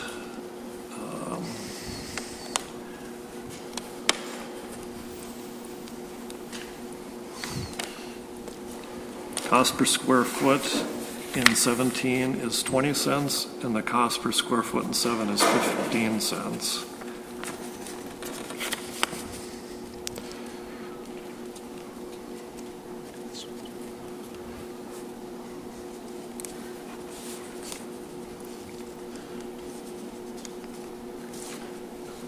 I'm not sure how much detail everybody would like me to get into these.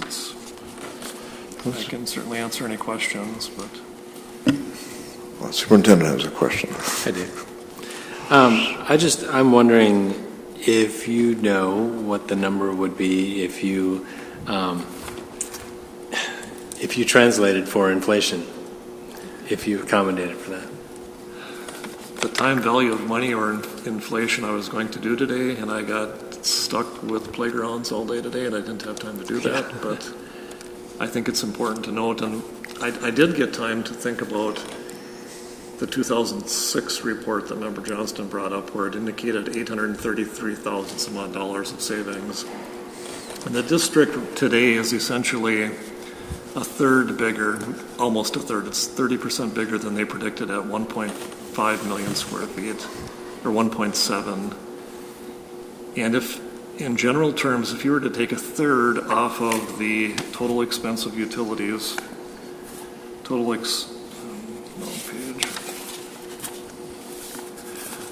let's just call it $2 million in 17 and 2.15 in 07. If we took a third of that, that would get us in the 600,000 range, and that's without factoring in inflation. So in reality, we are very close to meeting that $833,000 figure of savings. Because that initial figure was based on 500,000, fewer square feet. 500,000 less square feet. Yeah. And we're actually 700,000 bigger than that projection. Right. Okay. That's what I thought. Thank you. I guess I would take a look at it a little bit differently. You can't put time value of money on energy because energy hops up and down. It's not a that. And in this case, which I appreciate that we've reduced had some savings here, $125,000 savings. But where the time value of money doesn't enter in is when the price, as you mentioned, the price of gas went from 80 down to 60 cents. That gave us our $400,000 savings. And the savings was not because of time value of money, but because natural gas has plummeted in prices with the last 10 years due to fracking and other things.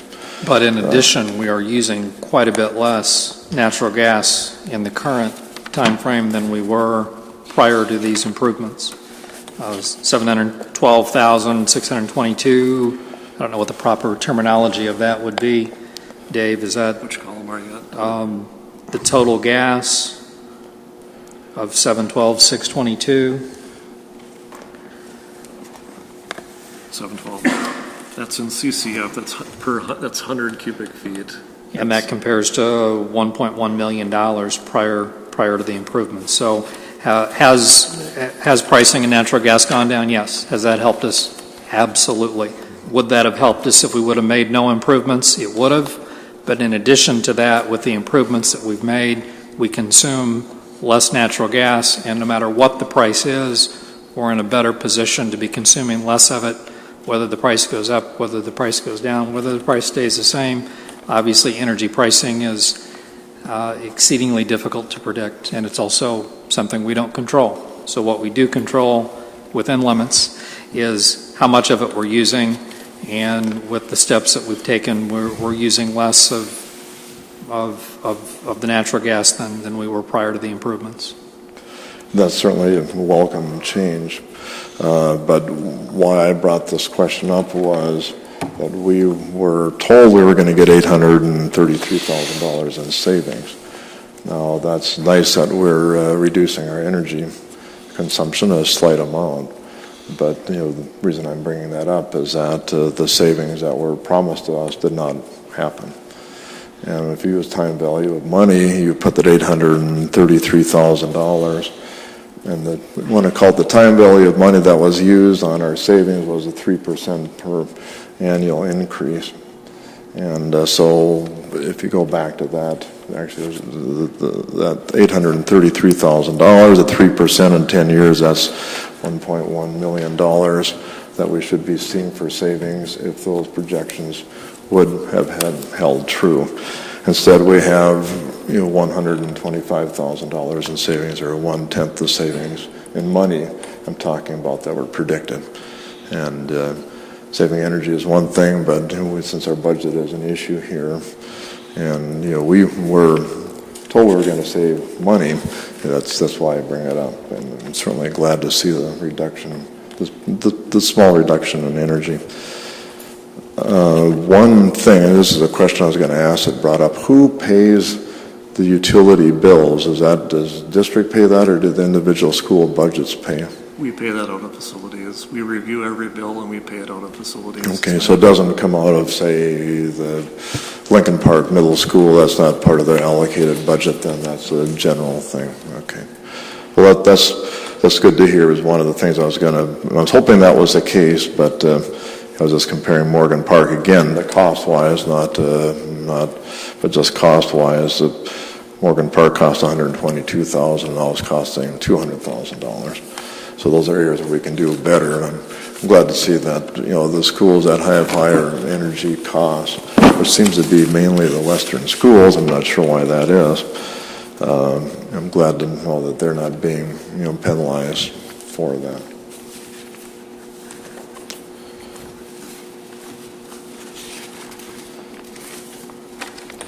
If we move Dave, anything else there, Dave? Yep, the next page is the benchmark report. This is from Buildings, Benchmarks, and Beyond. It's a state reporting system that was initiated by the Department of Energy in 2001, I believe. It's for public entities. It can be a county, it can be a city, it can be a school district.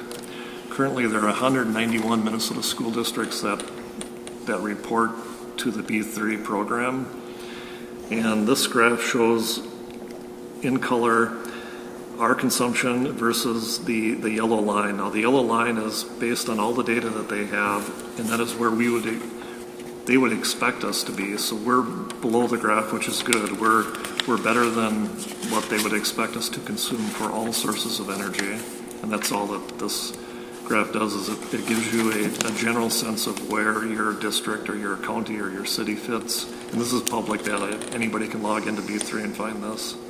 It just shows what we consume compared to what is expected that we would consume.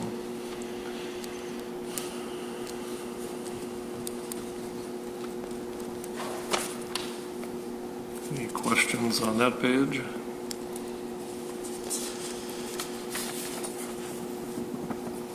Go ahead. Oh, Member Loeffler-Kemp. I'm just have my light on for some general comments. That's all. But I'll wait till we're done. Okay, the next page is the B3 program gives you an estimated Energy Star rating. To get an Energy Star like we did at Duluth East and Denfeld, you have to hire a third-party engineer. You have to have testing done. It's a big process, but with the data that you input into B3, they can estimate where you would probably fall. They're not 100% accurate because they have East School at a 97, and that actually got a 98. They had Denfeld at 85, and Denfeld got a 97. But it's a rough idea. And as Member Johnson mentioned, the Lincoln Park and Ordine, the two schools with the pools are our lowest performing schools, and that's where we're really focusing. But I don't really want to criticize and say they're lower because they almost meet Energy Star rating, which is really good. It's much better than a lot of buildings, but that doesn't mean we can't improve. That's that page. And then the last 4 pages are just the official documentation for the Energy Star that we received at both high school sites. And there will be a Minnesota Power kind of a news story where they present us with the plaques. And the studies were funded through Minnesota Power's Conservation Energy Improvement, the CIP plan, Conservation Improvement Plan. So they funded these third-party studies for it. They weren't involved, we weren't involved, but they are going to take the role and present the plaques to us and have a ceremony at a later date. I don't know when Katie Kaufman is planning on doing this, but she's working with Minnesota Power and their public relations person for that process. So I guess I'd like to open it up for questions, and I also would like to, at some point here, introduce Corey, and he can come up and talk a little bit about what he does for energy conservation in the district. Member Loeffler-Kemp, do you still have a question? No, that was going to be my question. I wasn't clear that you were going to be going over that, but I'm anxious to hear what we're doing. I appreciate all the work that was put into putting this together, and I know some folks that just over the years have asked me about energy conservation, and I will have a lot more background information to more specifically answer some questions, so I appreciate that and look forward to hearing more.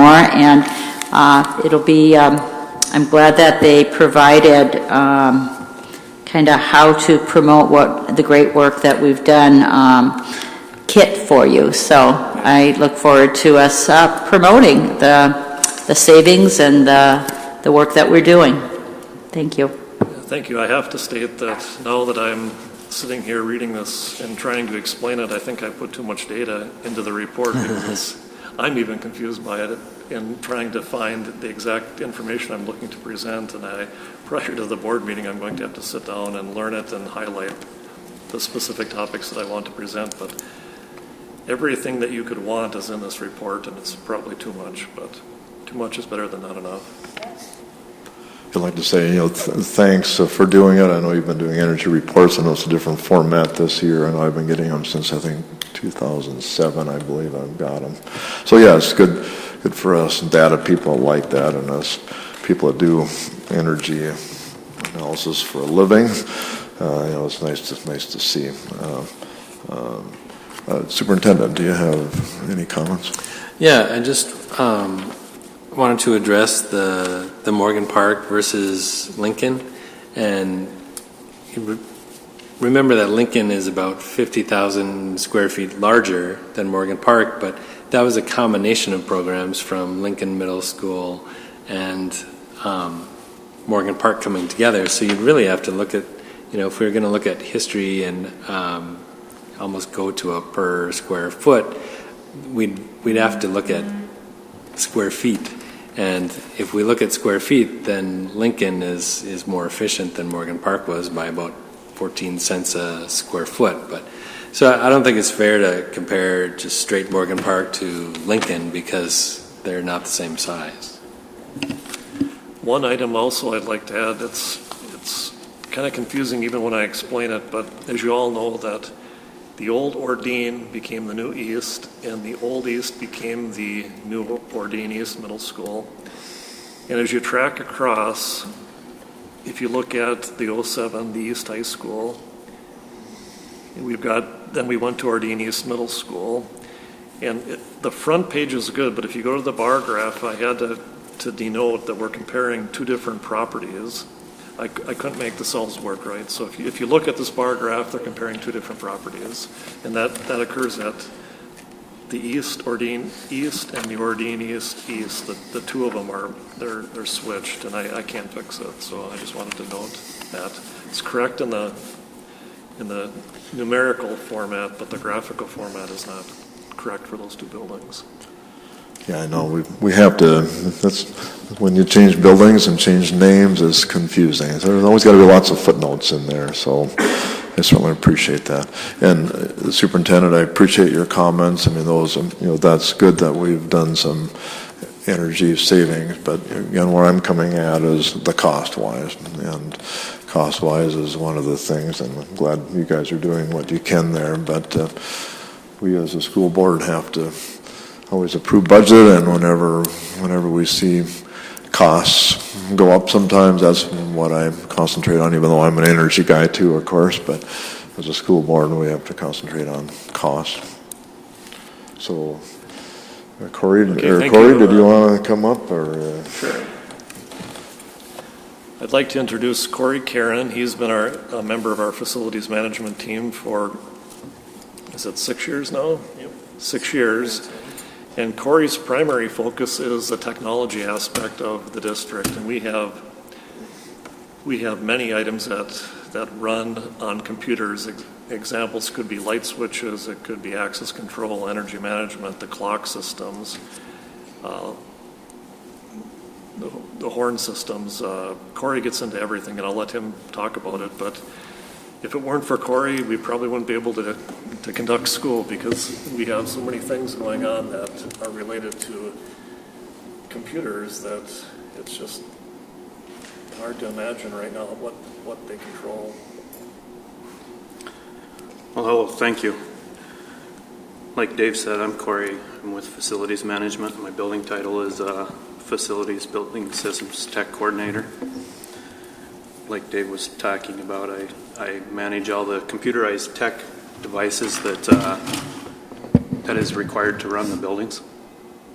I was asked today to talk about the building automation system, what we're doing to improve our energy consumption, and we were supposed to have our intern here with me today and kind of talk about what I've had him doing over the summer. Maybe what I'll do is I'll kind of touch base on some of that stuff right away.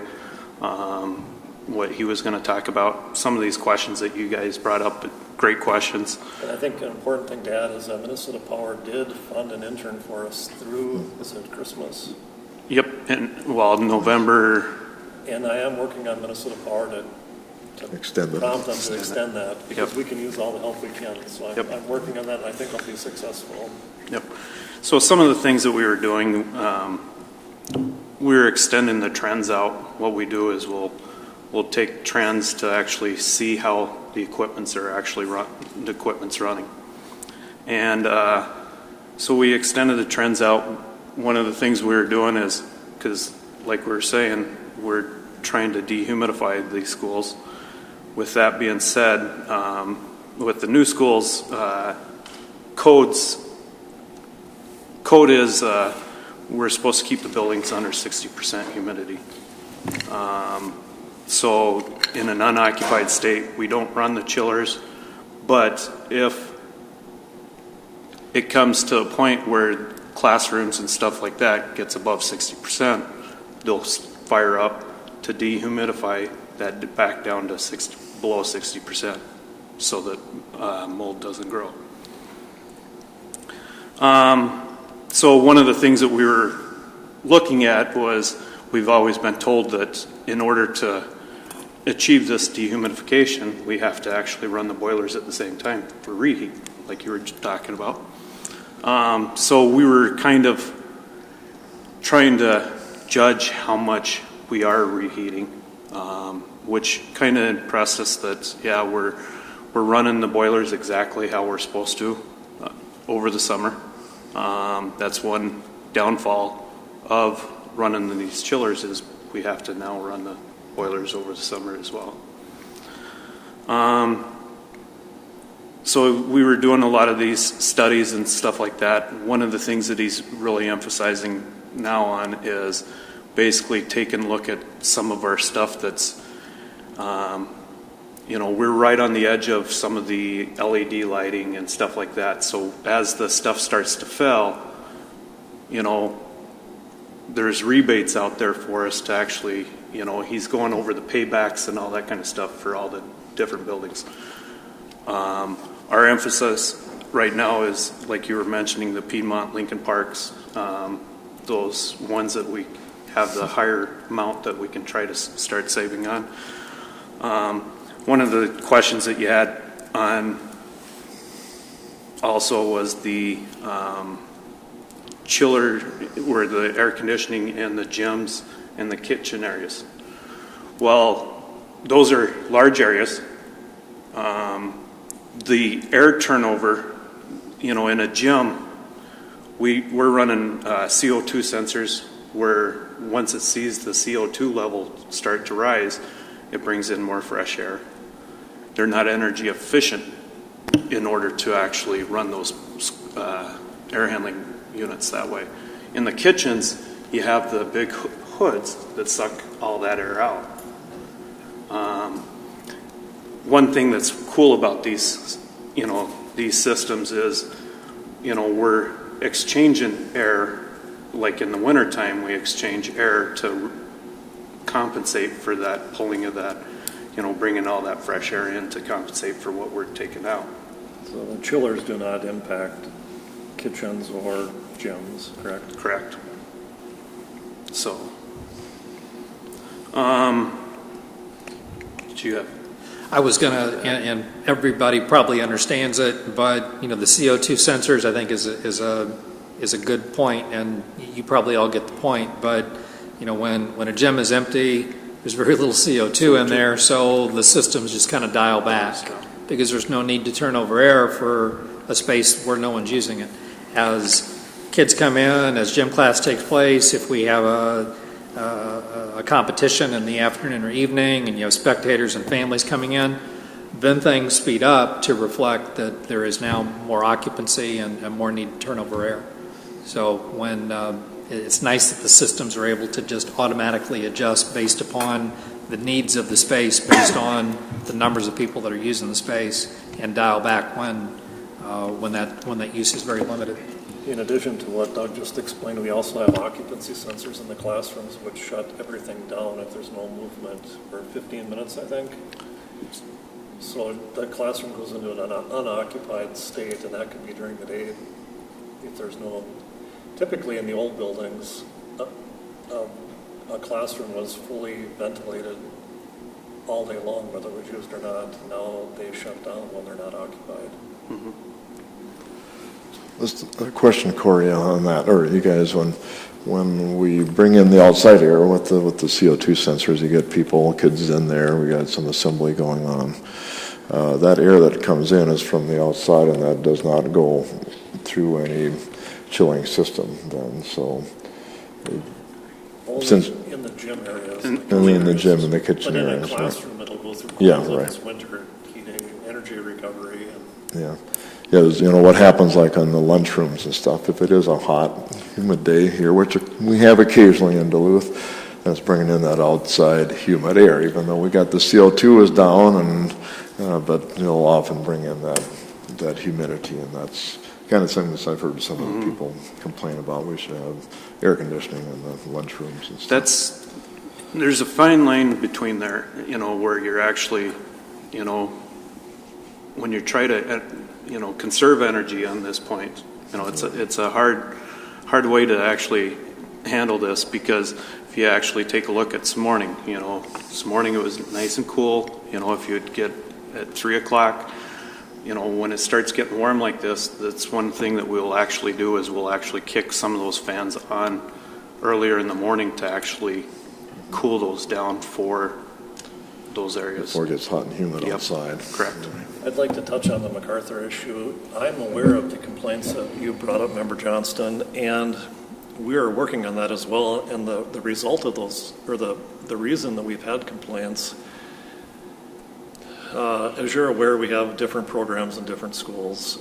At MacArthur, for some reason, they have scheduled programs. There might be 2 programs in one wing on the first floor, 2 programs in a different wing on the third floor, 1 program in another floor in another wing, so they're random. And if we don't run the entire building, then we get complaints. We like to run air handling units for specific zones to cool where needed, and they tell us they're going to be in these zones, but then they'll just occupy other areas, and that's one thing that we really need to be clear on, I think, in our planning for summer school next year, is that we want to occupy just a wing, for example, and we condition that wing, and we let everything else, we leave everything else off, and we save energy that way. And I've actually got Ryan, our intern, working on what the energy savings and cost savings would be if we can corral in every school people to one wing, and that's all we operate in the summer.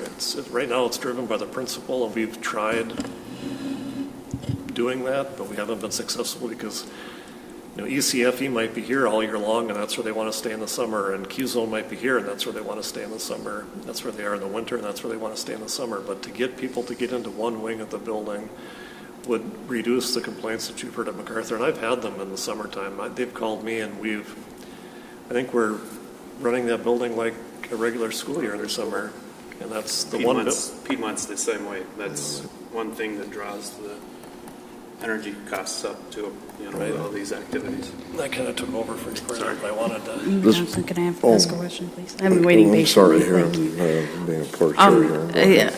I believe that one of the key parts of that complaint is the Valley Youth Center in the basement. Does that have hookups to those chiller systems? Because I don't believe it does, and so they swelter in the basement, and then they pursue programming for their kids in the cafeteria and in the gym, and so they go there and get no relief either, and this is all throughout the summer.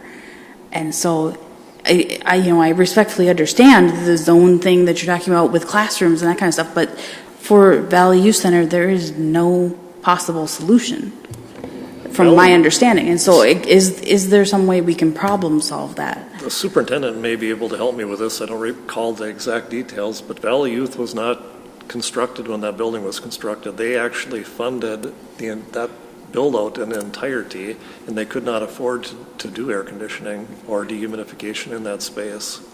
Well, actually, I was on the building team, so I understand that space was built. The original design did not include space for them, and through intense negotiations, Valley Youth Center negotiated with the district to be included in the plan, and they were given a blank slate space. But Correct. I didn't know how HVAC systems or any other kinds of things would play into that, and they had to fundraise to furnish and create their space the way they wanted it. And that's what I remember. I wasn't involved in the detail aspect of it, but I am concerned because there is no obvious air circulation that is of any benefit for those kids. Yeah, there's an air handler dedicated to that space. It probably could have a coil put in it and a split system put in, but that's, again, cost to put it in, cost to operate it, and it's just... Well, I think those are discussions that could occur. would help to happen, because right now I believe some of the employees there feel like there is no option and we're ignoring their requests and pleas. So I hope, even if it is a cost that we're able to put in and they need to fundraise for it, or however that is, they need to put that on their radar if they choose to remain there longer term and that sort of thing. I actually honestly haven't heard a request for cooling in that space. They haven't come, Russ hasn't come to me, or nobody has come to our office and indicated Interesting. that. Okay. Yeah, where I hear about it is, Me too. When people come up, and I didn't hear about it from any of the people there, I'm sorry. Nope. Yeah, so no, Russ has never talked to me about that at all either, but other parents and stuff have.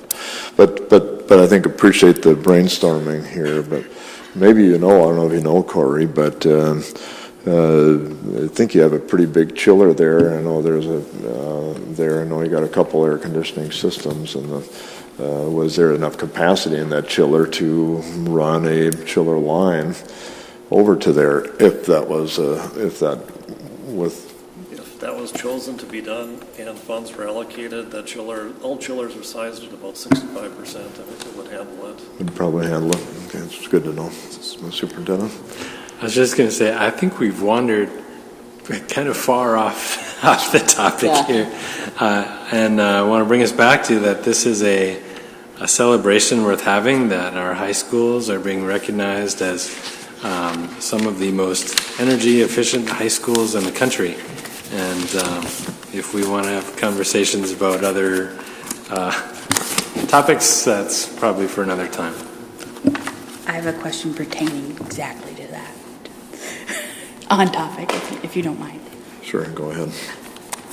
So we spend money, grant money to get our Energy Star rating, and is really all we get from an Energy Star rating is yay? We get a plaque, and we get the recognition, and we get the knowledge to know that we are doing a good, if you're doing a good job, you get the knowledge to know where you stand in comparison to other similar buildings in the entire United States, and it's a good public perception tool that the taxpayers, when they see that Energy Star and they know we have it, they know that we're doing a good job with energy consumption and being good stewards of taxpayer funds. And in addition, this wasn't grant funds that we had access to. This was something secured through Minnesota Power. The Conservation Improvement Program, they fully funded it. I understand that, but I do kind of have a problem with that money had to be spent from somebody to just give us a good pat on the back. It's tough to think of, what is the benefit that, is it good, we're going to have wall space for the plaque, or, yes, I feel good. I do feel good that we are conscious of that, and that, I guess we had to pay somebody to tell us we're good. And that's an interesting concept, I find. Well, the thing is it's a third-party, nonpartisan group that comes in that I don't even know who they are. They evaluate the building, and they tell you how you perform in comparison to the entire United States. And the taxpayer can't challenge that. If we score well and we do well, they have to believe that we're being efficient stewards of money. Superintendent? I just wanted to say it's good information to have. Whether it could have been the opposite. It could have come that we were doing a terrible job with this, and that information allows us to move forward.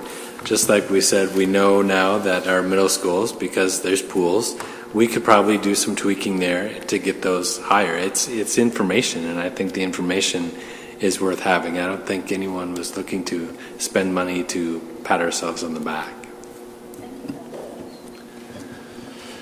I'll be a little bit of a devil's advocate here is that, Member Loeffler, Go ahead.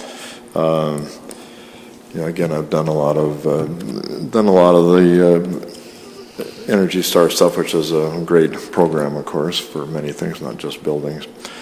But I think most people that do many energy analysis know that, I've never done an energy analysis on a building that's came in less than, I think, 85, number 85, and I know that's what they say, but looking at one reason I bring this up is that we're looking at our cost.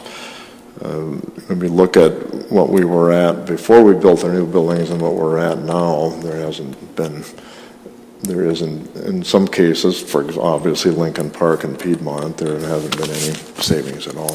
Again, I'm looking at the savings stuff, and there's lots of different benchmarks for energy savings, and some of them are reliable, and some of them aren't, unfortunately. It's just, but thank you for all your work, and I appreciate it. I'll have to come and talk to you guys more. I appreciate the knowledge. Member Loeffler, Kemp, go ahead. Yeah, I just, I want to reiterate what the superintendent said. It's great information. I look forward to celebrating.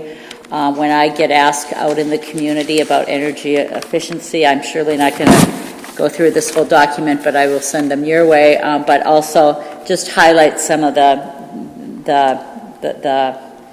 key things, as well as I just appreciate that I get asked a lot in the community about our partnerships, and I will be excited to talk more, even though you've been giving us updates on this, about the partnership with Minnesota Power, who are well known for the work that they're doing with other agencies around energy efficiency and recognizing. And I will highlight that we have had an intern for like 6 months now, I believe, or will be, which is great, and I wish you well in getting a paid intern for longer, and I think it's an exciting partnership, and I just appreciate the big picture piece of it, and the partnership piece of it, and so thanks for the update. I'm really tired right now for a number of reasons, so I'm not asking a lot of detailed questions, but I appreciate all the time I know you put into this. And Corey, I think you just started giving us a few updates on things that we're doing to improve, and I appreciate hearing that as well. I don't know if you had more to say before we kind of went in some other directions, but if you had planned to give us more information, but I'll give you the floor to do it. Yeah, I think Corey touched on some things that our intern has been doing, but if you wanted to briefly touch on just a couple things that you've been working on, Corey, that would be good. Well, the industry of the building automation systems, they're huge. If you actually look at it as a overall picture on what a building automation system does. You think of your computers in your houses, you think of computers in your business. These are no different. You got a server that holds all your data. You got servers at each location that basically controls these things. These are little computers that run each fan unit. This is one. There's two of them that run a fan unit. These are all inputs and output modules. So basically, like your computer, you have a mouse, you have your keyboard that takes input. These take inputs off from your sensors from temperatures, your CO2s, your humidity, your flow, your smoke. We have smoke sensors in the ductwork, dampers. So that would, and then you also have your outputs. Like you would on a computer, you have printers and all these other devices. Outputs, we have like dampers, valves, your heat pumps, your pumps that run the heating water and the chilling water, fans, exhaust fans, chillers, generators, boilers. This is just to name a few. We have some of these that are running lighting controls. We have some that's, these run its own separate system. You know, they talk to each other their own proprietary way, but they also have a backnet where they can communicate to other devices. So with that being said, you know, just these alone, we have 1,708 of these in the district. Out of the district, we have 66,140 points in our system. That's including these, that's including all your sensors, that's all your temperature sensors, So what you're things saying, that we're Corey, saying. is each day you're managing information acquired by 66,000 devices is what it comes down to? What it comes down to. That feeds to 1,700 computers. Exactly. So if you take a look at, you know, your computer or your, you know, say for instance, you know, one thing goes wrong with it, you know, there's a trickle effect that goes along with it. So we're constantly going around and monitoring, you know, if you got a damper that's out of whack, where it's not opening, that affects your indoor air quality, affects the way you're cooling, affects everything. So it's a constant process of actually frequently checking the equipment.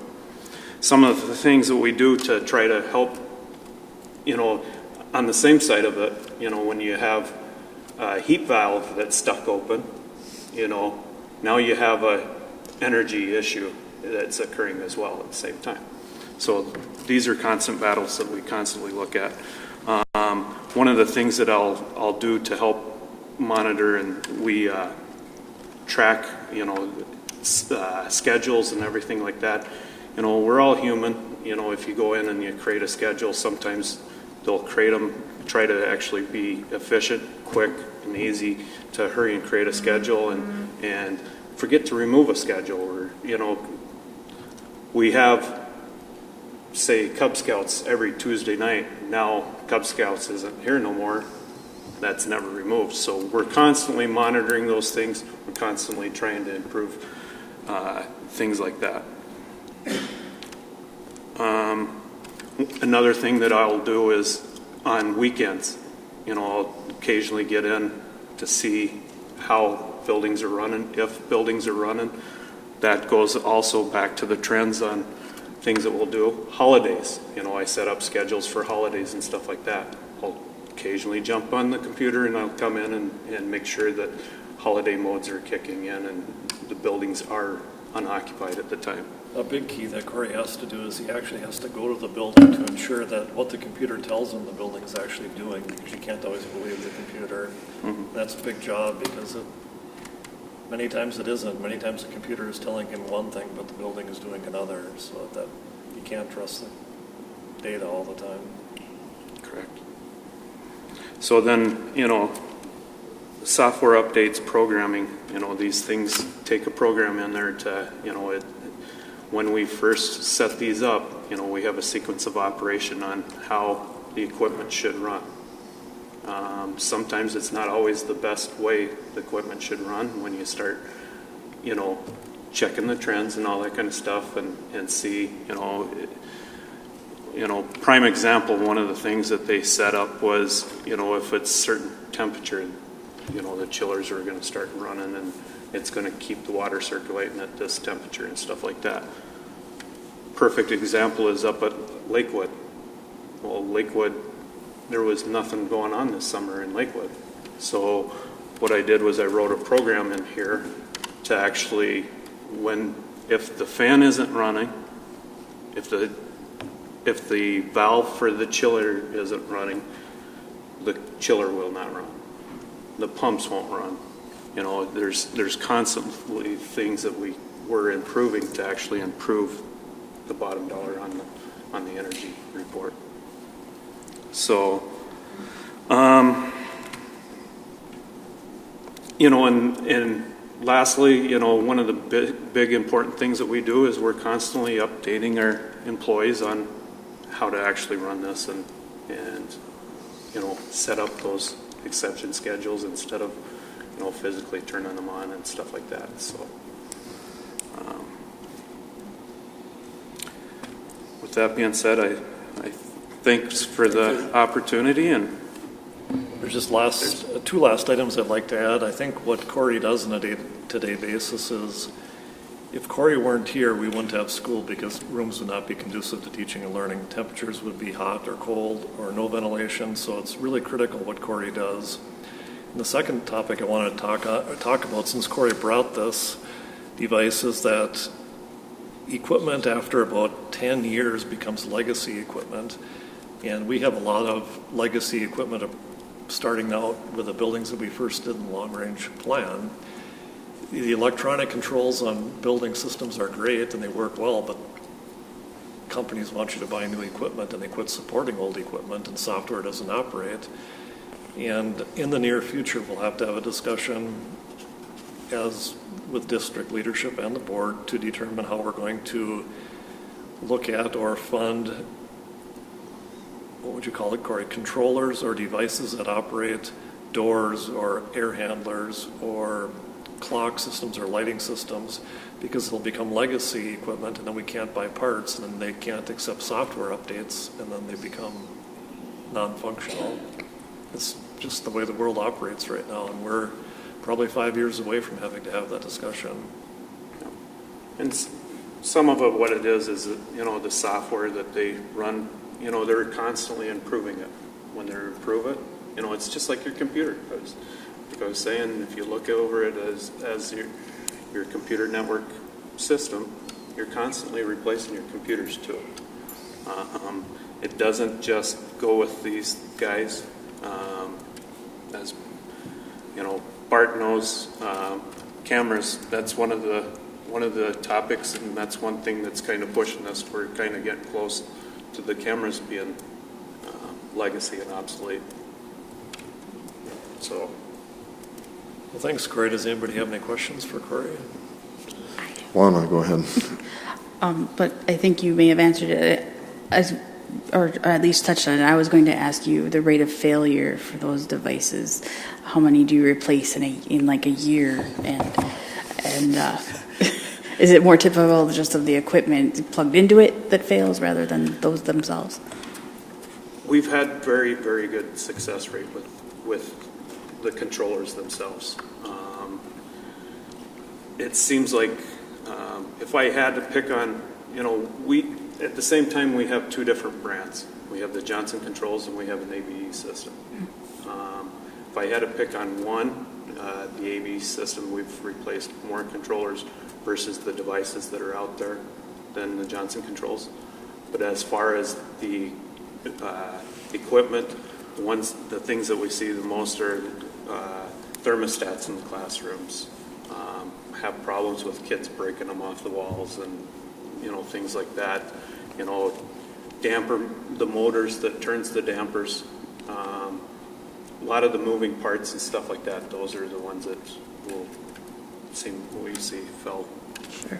And thank you for that. And I just wanted to clarify that I really do like getting energy reports. My earlier comment was just focused on the whole sort of certificate holding thing. It has nothing to do with this extremely valuable stuff that we have to always consider. So thank you. Thank you. Thanks. Any other questions for Dave or Corey? I believe I'd say thank you, Corey, and thank you, David.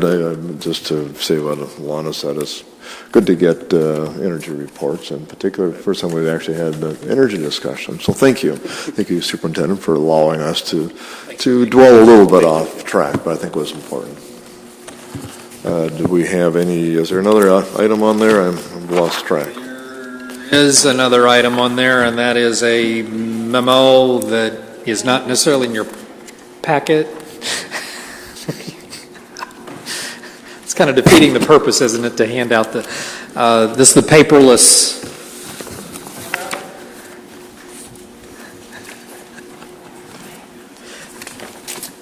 So then I won't give you one.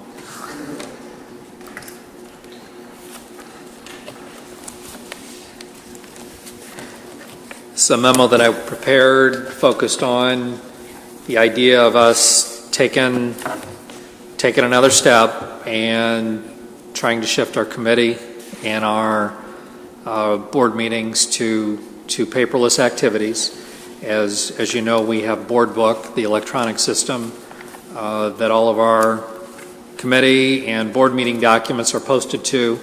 And in addition to that, we prepare copies of our documents that we then have to print up in the print shop, have to drop in the mail, arrive at your homes, and then we come into meetings and go through those paper documents.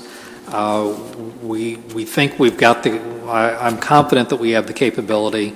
We've got the electronic system with Board Book already in place for us to take the next step and achieve some savings in a couple different fashions.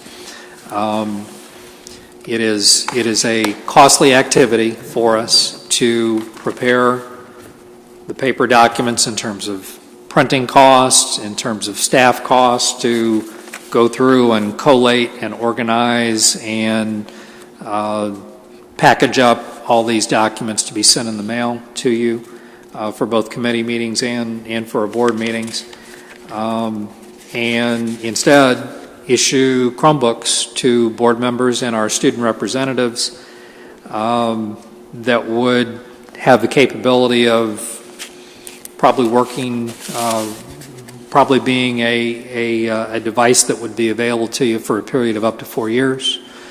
So there would be a front-end cost for us to do that.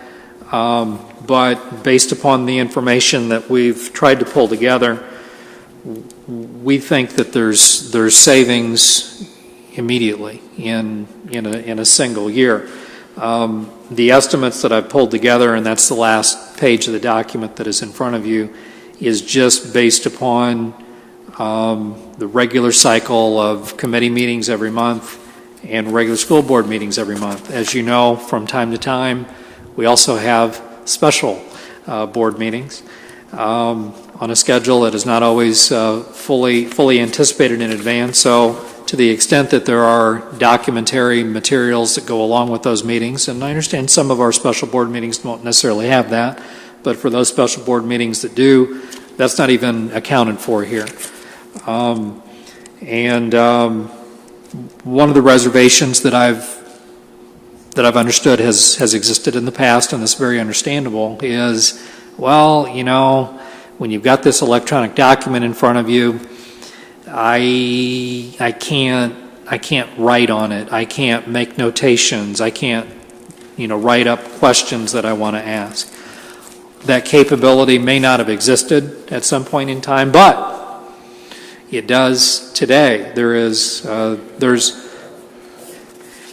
as you can say in many aspects of our life, there's an app for that, and that app is actually an app that would come to us as no cost.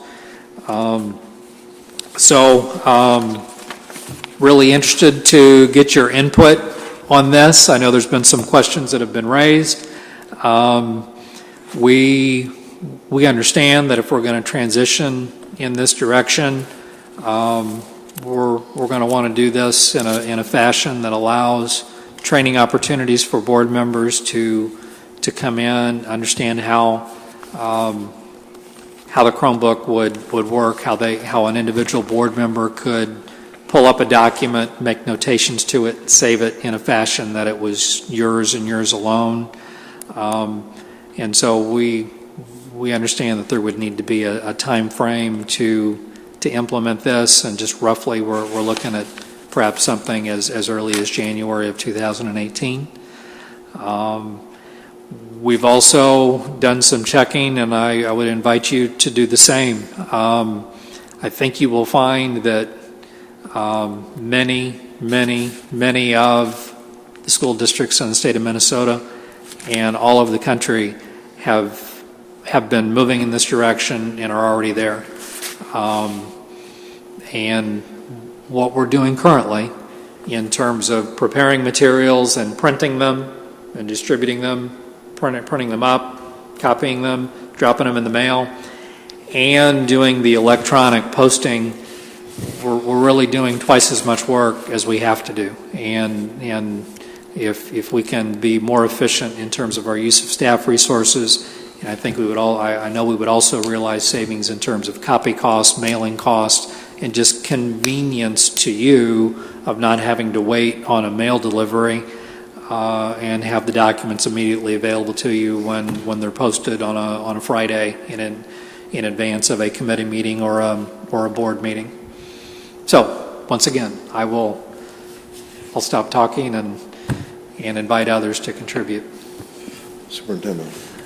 I just wanted to say that this was in response to, when Board Book was first put in place, the intent was to go paperless, and then there was some discussion about it before, and then we didn't really have the software to be able to take notes on a Chromebook, and now that we have that figured out, it came up again, I believe 2 months ago, for us to really figure this out. And so we've done our homework and come up with some software, and it's called Kami. It's free if you ever want to check it out. It's Kami, Kami, and you can call up the document, like this is the cost estimate that Doug had for this meeting, and I was able to just hit text and hit wherever I want to write it, and then I type my comment.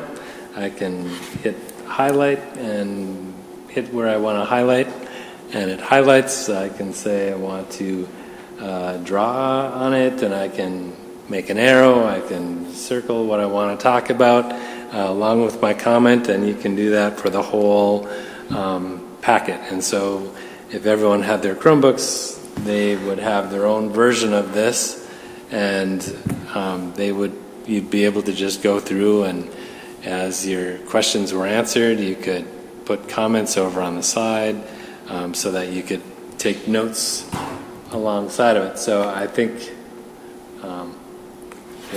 if you had comments that you wanted to make about things, you can write them in as we're going along in the meeting and have that for your own records. And no one else sees what you're putting on your page, because that's your account that you're signing into. It's not a joint account for all one. It's not like Google where we all share the same document. So I think that's all I had to say about that for now, unless there's questions. Member Oswald. Yes, I have questions. Do you want to address them without me bringing them up? Or? I can try. Okay. The first question is, what are the costs involved for security software and other technology updates required of district Chromebooks? None. There's no extra security in the Chromebooks, and the software updates are automatic and free and go along with Chrome and Google. For those who require hard copies of our meetings for future reference, will board member have access to district computers to print out meeting materials? I'm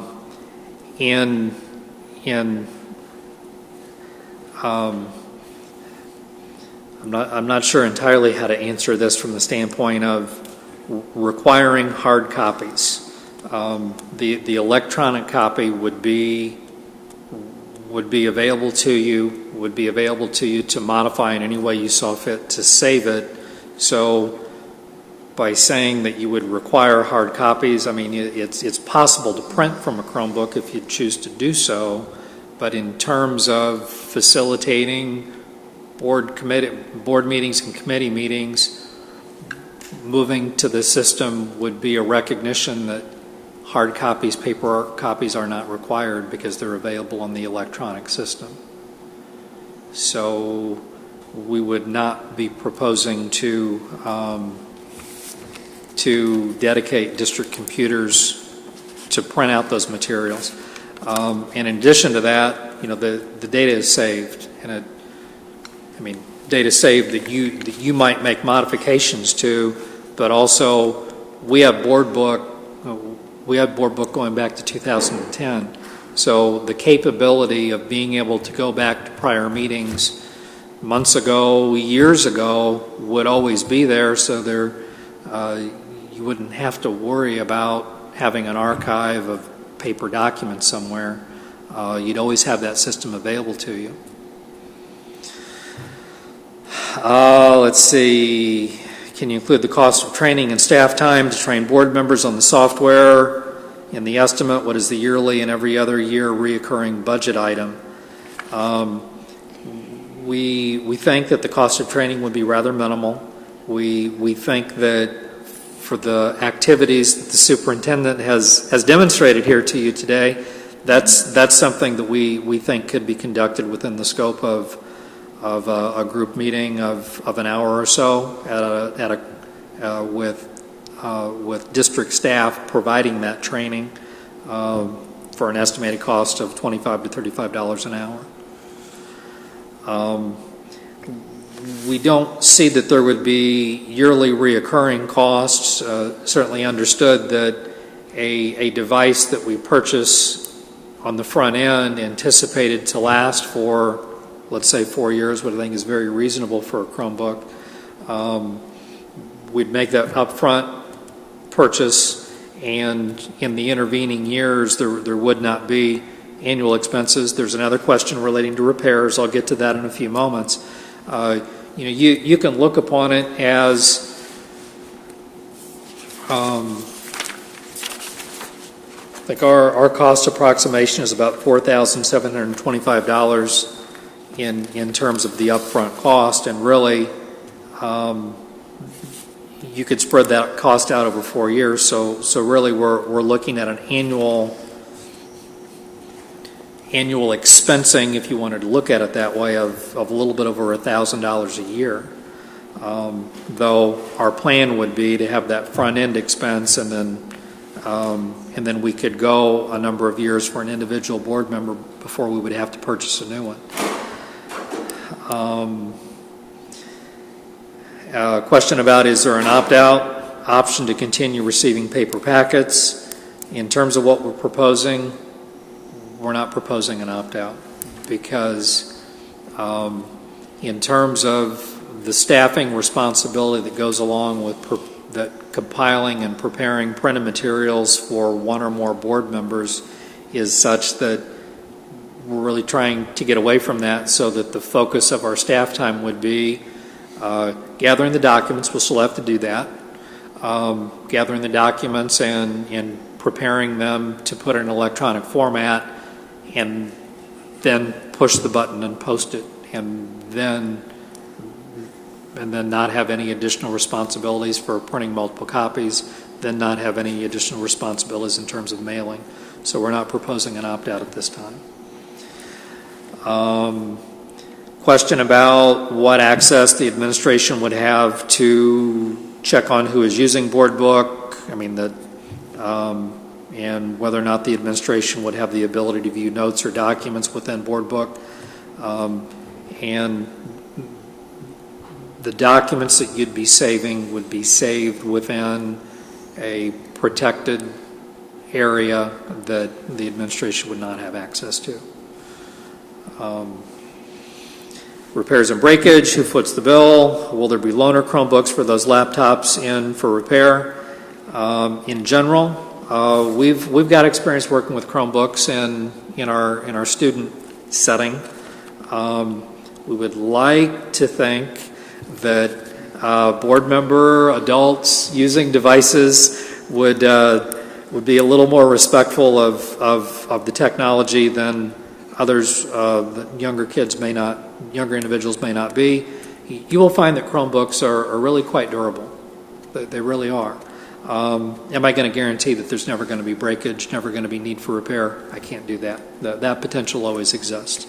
And to the extent that potential always exists, we would probably want to purchase an additional 1 or 2 devices to have just in case. Certainly would never want a board member to not have access to that information. Charging outlets for laptops during meetings. Will electrical work need to be done to allow for ability to charge laptops during committee and monthly meetings. What are the projected costs for that? We already have electrical outlets under the board counter there that would allow for charging. I don't recall exactly, but the battery charge for a fully charged Chromebook is 8, 10. Somebody jump in and correct me if I'm wrong. So a fully charged board book ought to be able to last one of our meetings.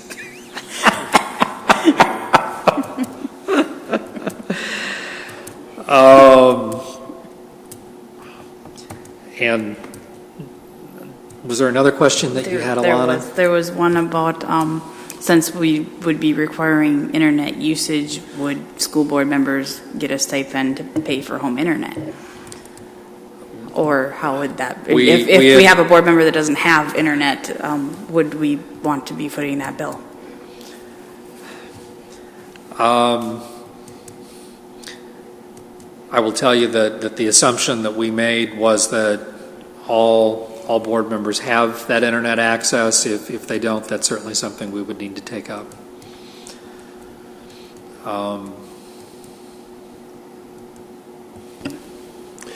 I think that would be a decision for the board when considering your payment as board. I think that would be part of that consideration in the future if that's the direction the board wanted to go. I know that we use email quite regularly with board members, and that requires internet. And so I think that we would cross that bridge if we got there if someone didn't have internet. The reason why I asked is because of I didn't know if we were setting up that schedule within whatever resolution that we have and make those decisions there, or as part of our compensation package, or your comment about email. I use my phone all the time and I'm not hooked up to internet most of the time. It's cell data. So I also know that on your taxes you're also allowed to deduct a certain portion of utility bills that you use in a work environment too. But I'm concerned that this would be a barrier to somebody wanting to pursue being a board member if they choose not to live with internet. And so I just was curious about that. So thank you. Thank you, and thank you for the thorough explanations. Happy to provide it. And just to be on the record, I am for this. I really enjoy technology, so it's not a barrier. I've thought of these questions based on my experiences with people with technology, but I'm also concerned about when you're done being a board member and all of your information that you've had access goes poof, and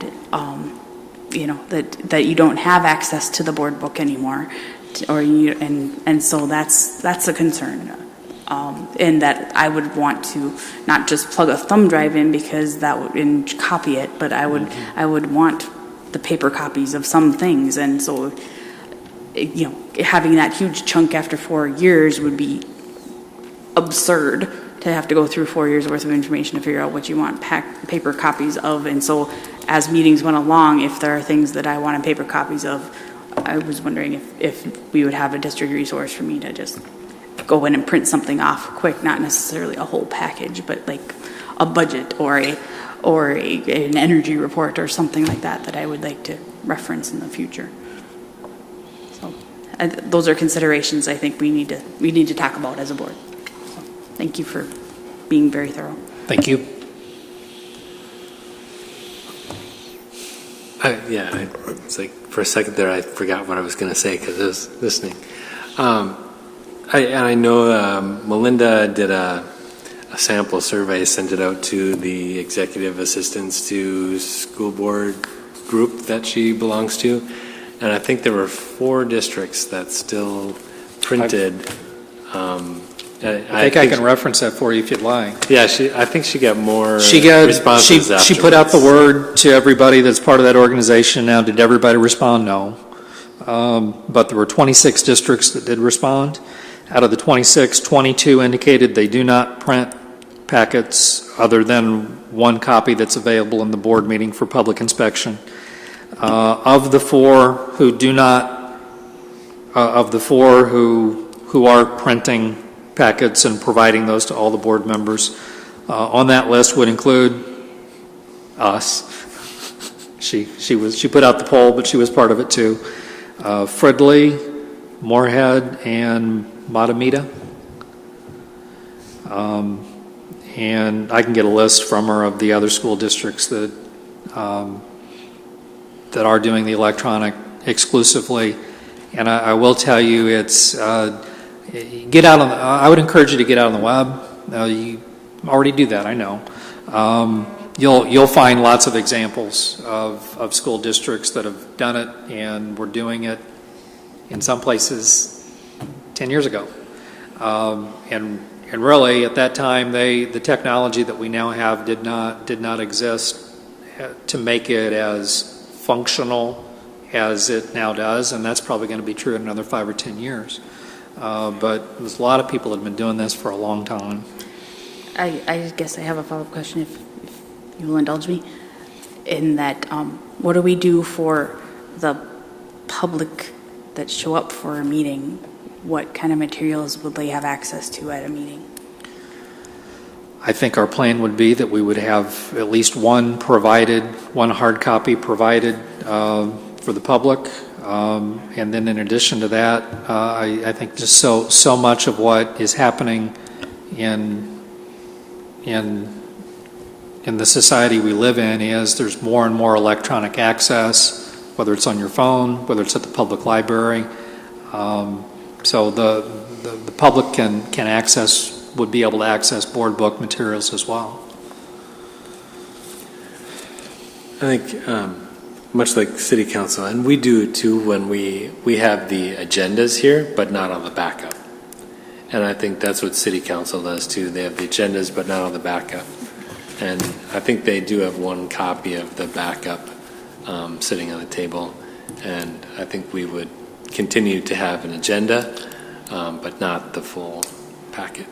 I would highly like to see, if we choose to go that route as a board, that we also do what the City Council does and display the presentations on some form of electronic device for the public that attend, so they see what we're talking about and they don't have to necessarily rely on looking at their tiny phones or anything like that. I mean, I don't know. You guys just came from City Hall, from a city council meeting, so yeah, I mean, I'm sure they utilize that, and I would love to be able to see that to make them more user friendly here, because having one packet on a table in front when everybody sits back there, or if we have more than 7 people in a crowd, they're gonna, let me see it. I mean, there's so many things when they can rely on something that we can display for everyone to participate with. I think that would be highly appropriate in that setting, because it's all about user friendly. I've got questions on this is a recommendation. What does that mean? I don't see any resolutions in here.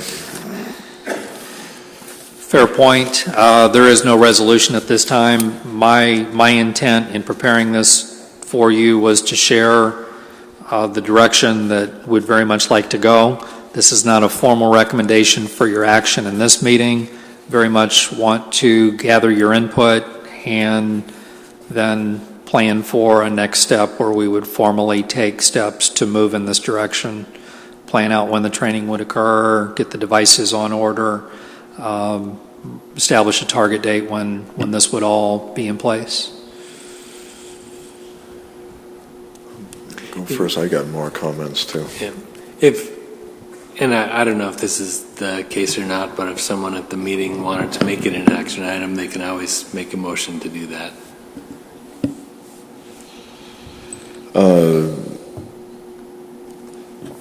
I don't like the idea. Not because I don't have any problem. I've worked on computers and programmed computers most of my life. But I don't really like sitting and having a little screen in front of me. I look around here, I think we have a lot more hands-on stuff. We have piles of paper, you have piles of paper, we've all got piles of paper. I don't think piles of paper are intrinsically bad. And then in this case, I think it helps us facilitate disseminating information, and I think that I don't, so first of all, I don't like the idea because, not because I'm a technophobe, I'm not, but because I prefer to have piles of paper sitting in front of me, and so that is a bias, I must admit. Some people want to have one little screen on their desk. I guess they would have a clean desk that way. Old saying I had was a clean desk is a sign of an empty mind. But anyway, excuse me. That. But I do have some I think, some pertinent things, some feedback, I guess, on that. First of all, I'm glad to hear we have a retention policy that goes back a long way. That's good to hear. I've been told that that's not the case, and I'm glad to hear that it is. One of and so that's a positive thing, I guess, for this. I think you're kind of parsing the data to make it look good. Or I mean, you're not doing it intentionally. I'm just saying, I don't agree with. I think you're missing on some of the stuff. For example, if Melinda doesn't do this, since her name is listed on here, does that mean we're going to reduce her pay accordingly? I would assume no. I mean, I certainly wouldn't recommend that, of course. So I know she's got a lot of things that you would like her to do, but we as board members also have things that we would like her to do too. And I think that to me this is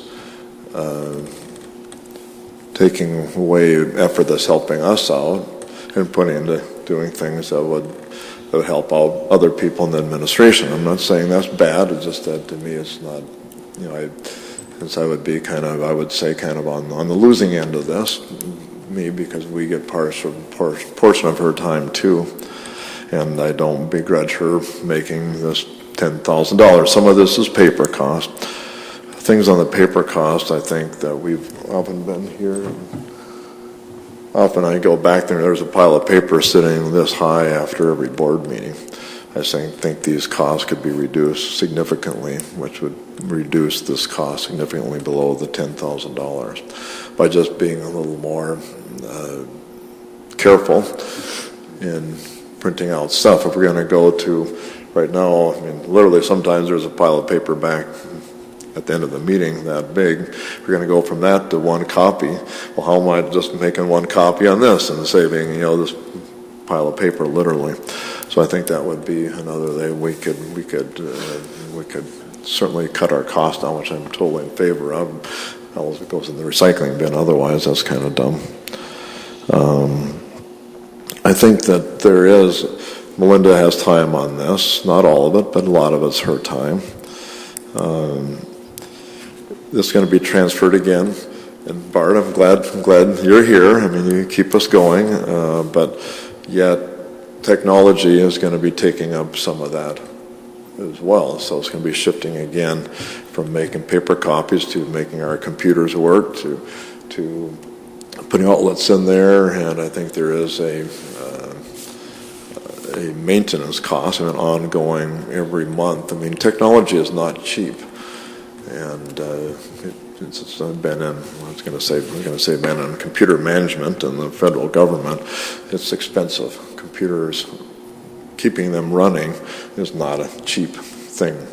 Just because of the infrastructure, not because of the Chromebook, but because of the maintenance of that infrastructure is significant. And I think we're kind of kidding ourselves that, this costs a lot of money in paper, but the Chromebook comes free. It doesn't come free. We know anybody that's bought computers, if it's at home or on for businesses, knows that the cost of computers and maintaining them and whatnot is extensive, is I think very high, and I think most cases underestimated what the cost of maintaining technology is. I guess the thing that probably worries me the most is that it seems kind of draconian. You're going to say no opt-out. To me, that's pretty draconian. I think if we're going to do this, we absolutely have to have an opt-out. Again, I'm not sure I'm in support of this. As Alana knows, I don't like sitting around and texting people all day. I'm kind of proud of that, actually, and Mr. Kirby and I talked about that. Was it yesterday or the day before as well? But I think that we have to. I don't want to see this no opt-out thing. I mean, to me, that's not acceptable. Period. If we have this, we have to have access to it. I think that sometimes we ask for data, which isn't always readily available and maybe not even on board book. And sometimes it's difficult to get some of that data. And I think this would exacerbate the problems that we as board members, I'll call us basically volunteer board members that don't have full computer access, that don't have access to much at all when it comes to the tools that you as administrators in the school and people like Bart have. We don't have access to that already. And if taking away the paper is going to remove that, even remove us further and further away from getting data, which we already have a hard time getting. So that's my thoughts on it. I appreciate you looking at this, but I don't quite. Even if it's $10,000, it's such a what they call it. It's not even dust on the decimal point, as they say in Washington. And it seems like we're making a lot of to do about not insignificant savings that may not be there at all. And it's certainly going to make it less convenient for board members that don't have full access to the systems like you guys do. Oh, go ahead, Superintendent. We were asked to bring this to you. So this is in response to a board request to bring it to you. So I think if there's more discussion, it should probably be with more of the board who perhaps requested the item. Yeah, right. Yeah, I didn't know that the board, any board member requested it, so I wasn't aware of that. Mr. Kirby, you've been awfully quiet today. I am. Or Chair Kirby, excuse me. I can appreciate your comments about paper. There are those of us who are old enough to remember card sorters before computers ever probably don't even know what those are. Do you remember 60-column cards or 80-column cards, IBM cards? You get them in the mail. It said, "Do not fold, spindle, or mutilate," because it's before your time. So, yep, hanging chads, I think they were called. You seen them? I can bring one. It's like slide rules. I can show you one of those. But anyway, I can appreciate that. However, this reminds me of the advent of electronic health records. There was great consternation in the medical field about this. How can we get away from paper charts? It'll never work. And you try and hire physicians now where you don't have an electronic health record in your system, they're not going to come there. So there are problems with all of them, I agree. But I think that I'm in favor of this. I think as we get used to using them, it will become much more efficient and user-friendly. And we're not the first ones to do this. I mean, we can draw on all of the problems and the problems that have been solved with other districts, I would think. As for opt-out, I remember asking when Essentia Health said, you have to learn our electronic health record system. Can we opt out? Yeah, you can't come here. That was it. You had no choice. You learned it or you didn't do it. And that's maybe draconian, but I think that's the way it is. I don't think we need to do that, but I think that we all need to do it, or it's not going to work well unless we all do it. I think having immediate access to lots of past records can be a good thing. Not all of us are going to use it all the time, but it would be. So I think that we should continue this, but I would generally be in favor of moving forward. But I think that, as a board, we need to Yeah, a no, I think we should specific have more thing, yeah. discussion. I guess Yeah. only thing I would say back to you, Mr. Kirby, or Chair Kirby, would be the medical profession is very highly funded. And I'm talking about us board members here, we have virtually no resources. And this seems to me this is one more way to take away that. You know, again, we're not getting paid $100,000 a year here. I mean, you know that. And I think that nor do we have a lot of time to go through. So I think your analogy is, well, I understand it. I mean, there have been ships in the Navy, for example, they've been paperless now for 15 years, I believe, if I recall right, even before we had all this fancy tablet-type technology. So, yeah, of course, we can do it, but it's a question of, I would really question the savings. I really would question that highly. And, you know, again, we don't have much resources as a board, and I think it's not asking too much. I still drive a manual shift car, too. Yeah, but anyway, but good discussion. Other than that, we should save that for a meeting. Hopefully somebody won't bring up an agenda item, and if we can, maybe I'm the only one that thinks that we could do better. But I'm hoping not to have that discussion personally. Anything else from anybody? It's getting late. No good TV shows tonight. We won the tennis match. All tennis is all over for the year. Okay, well then I guess we're adjourned. Thanks everybody for good discussions. Thank you.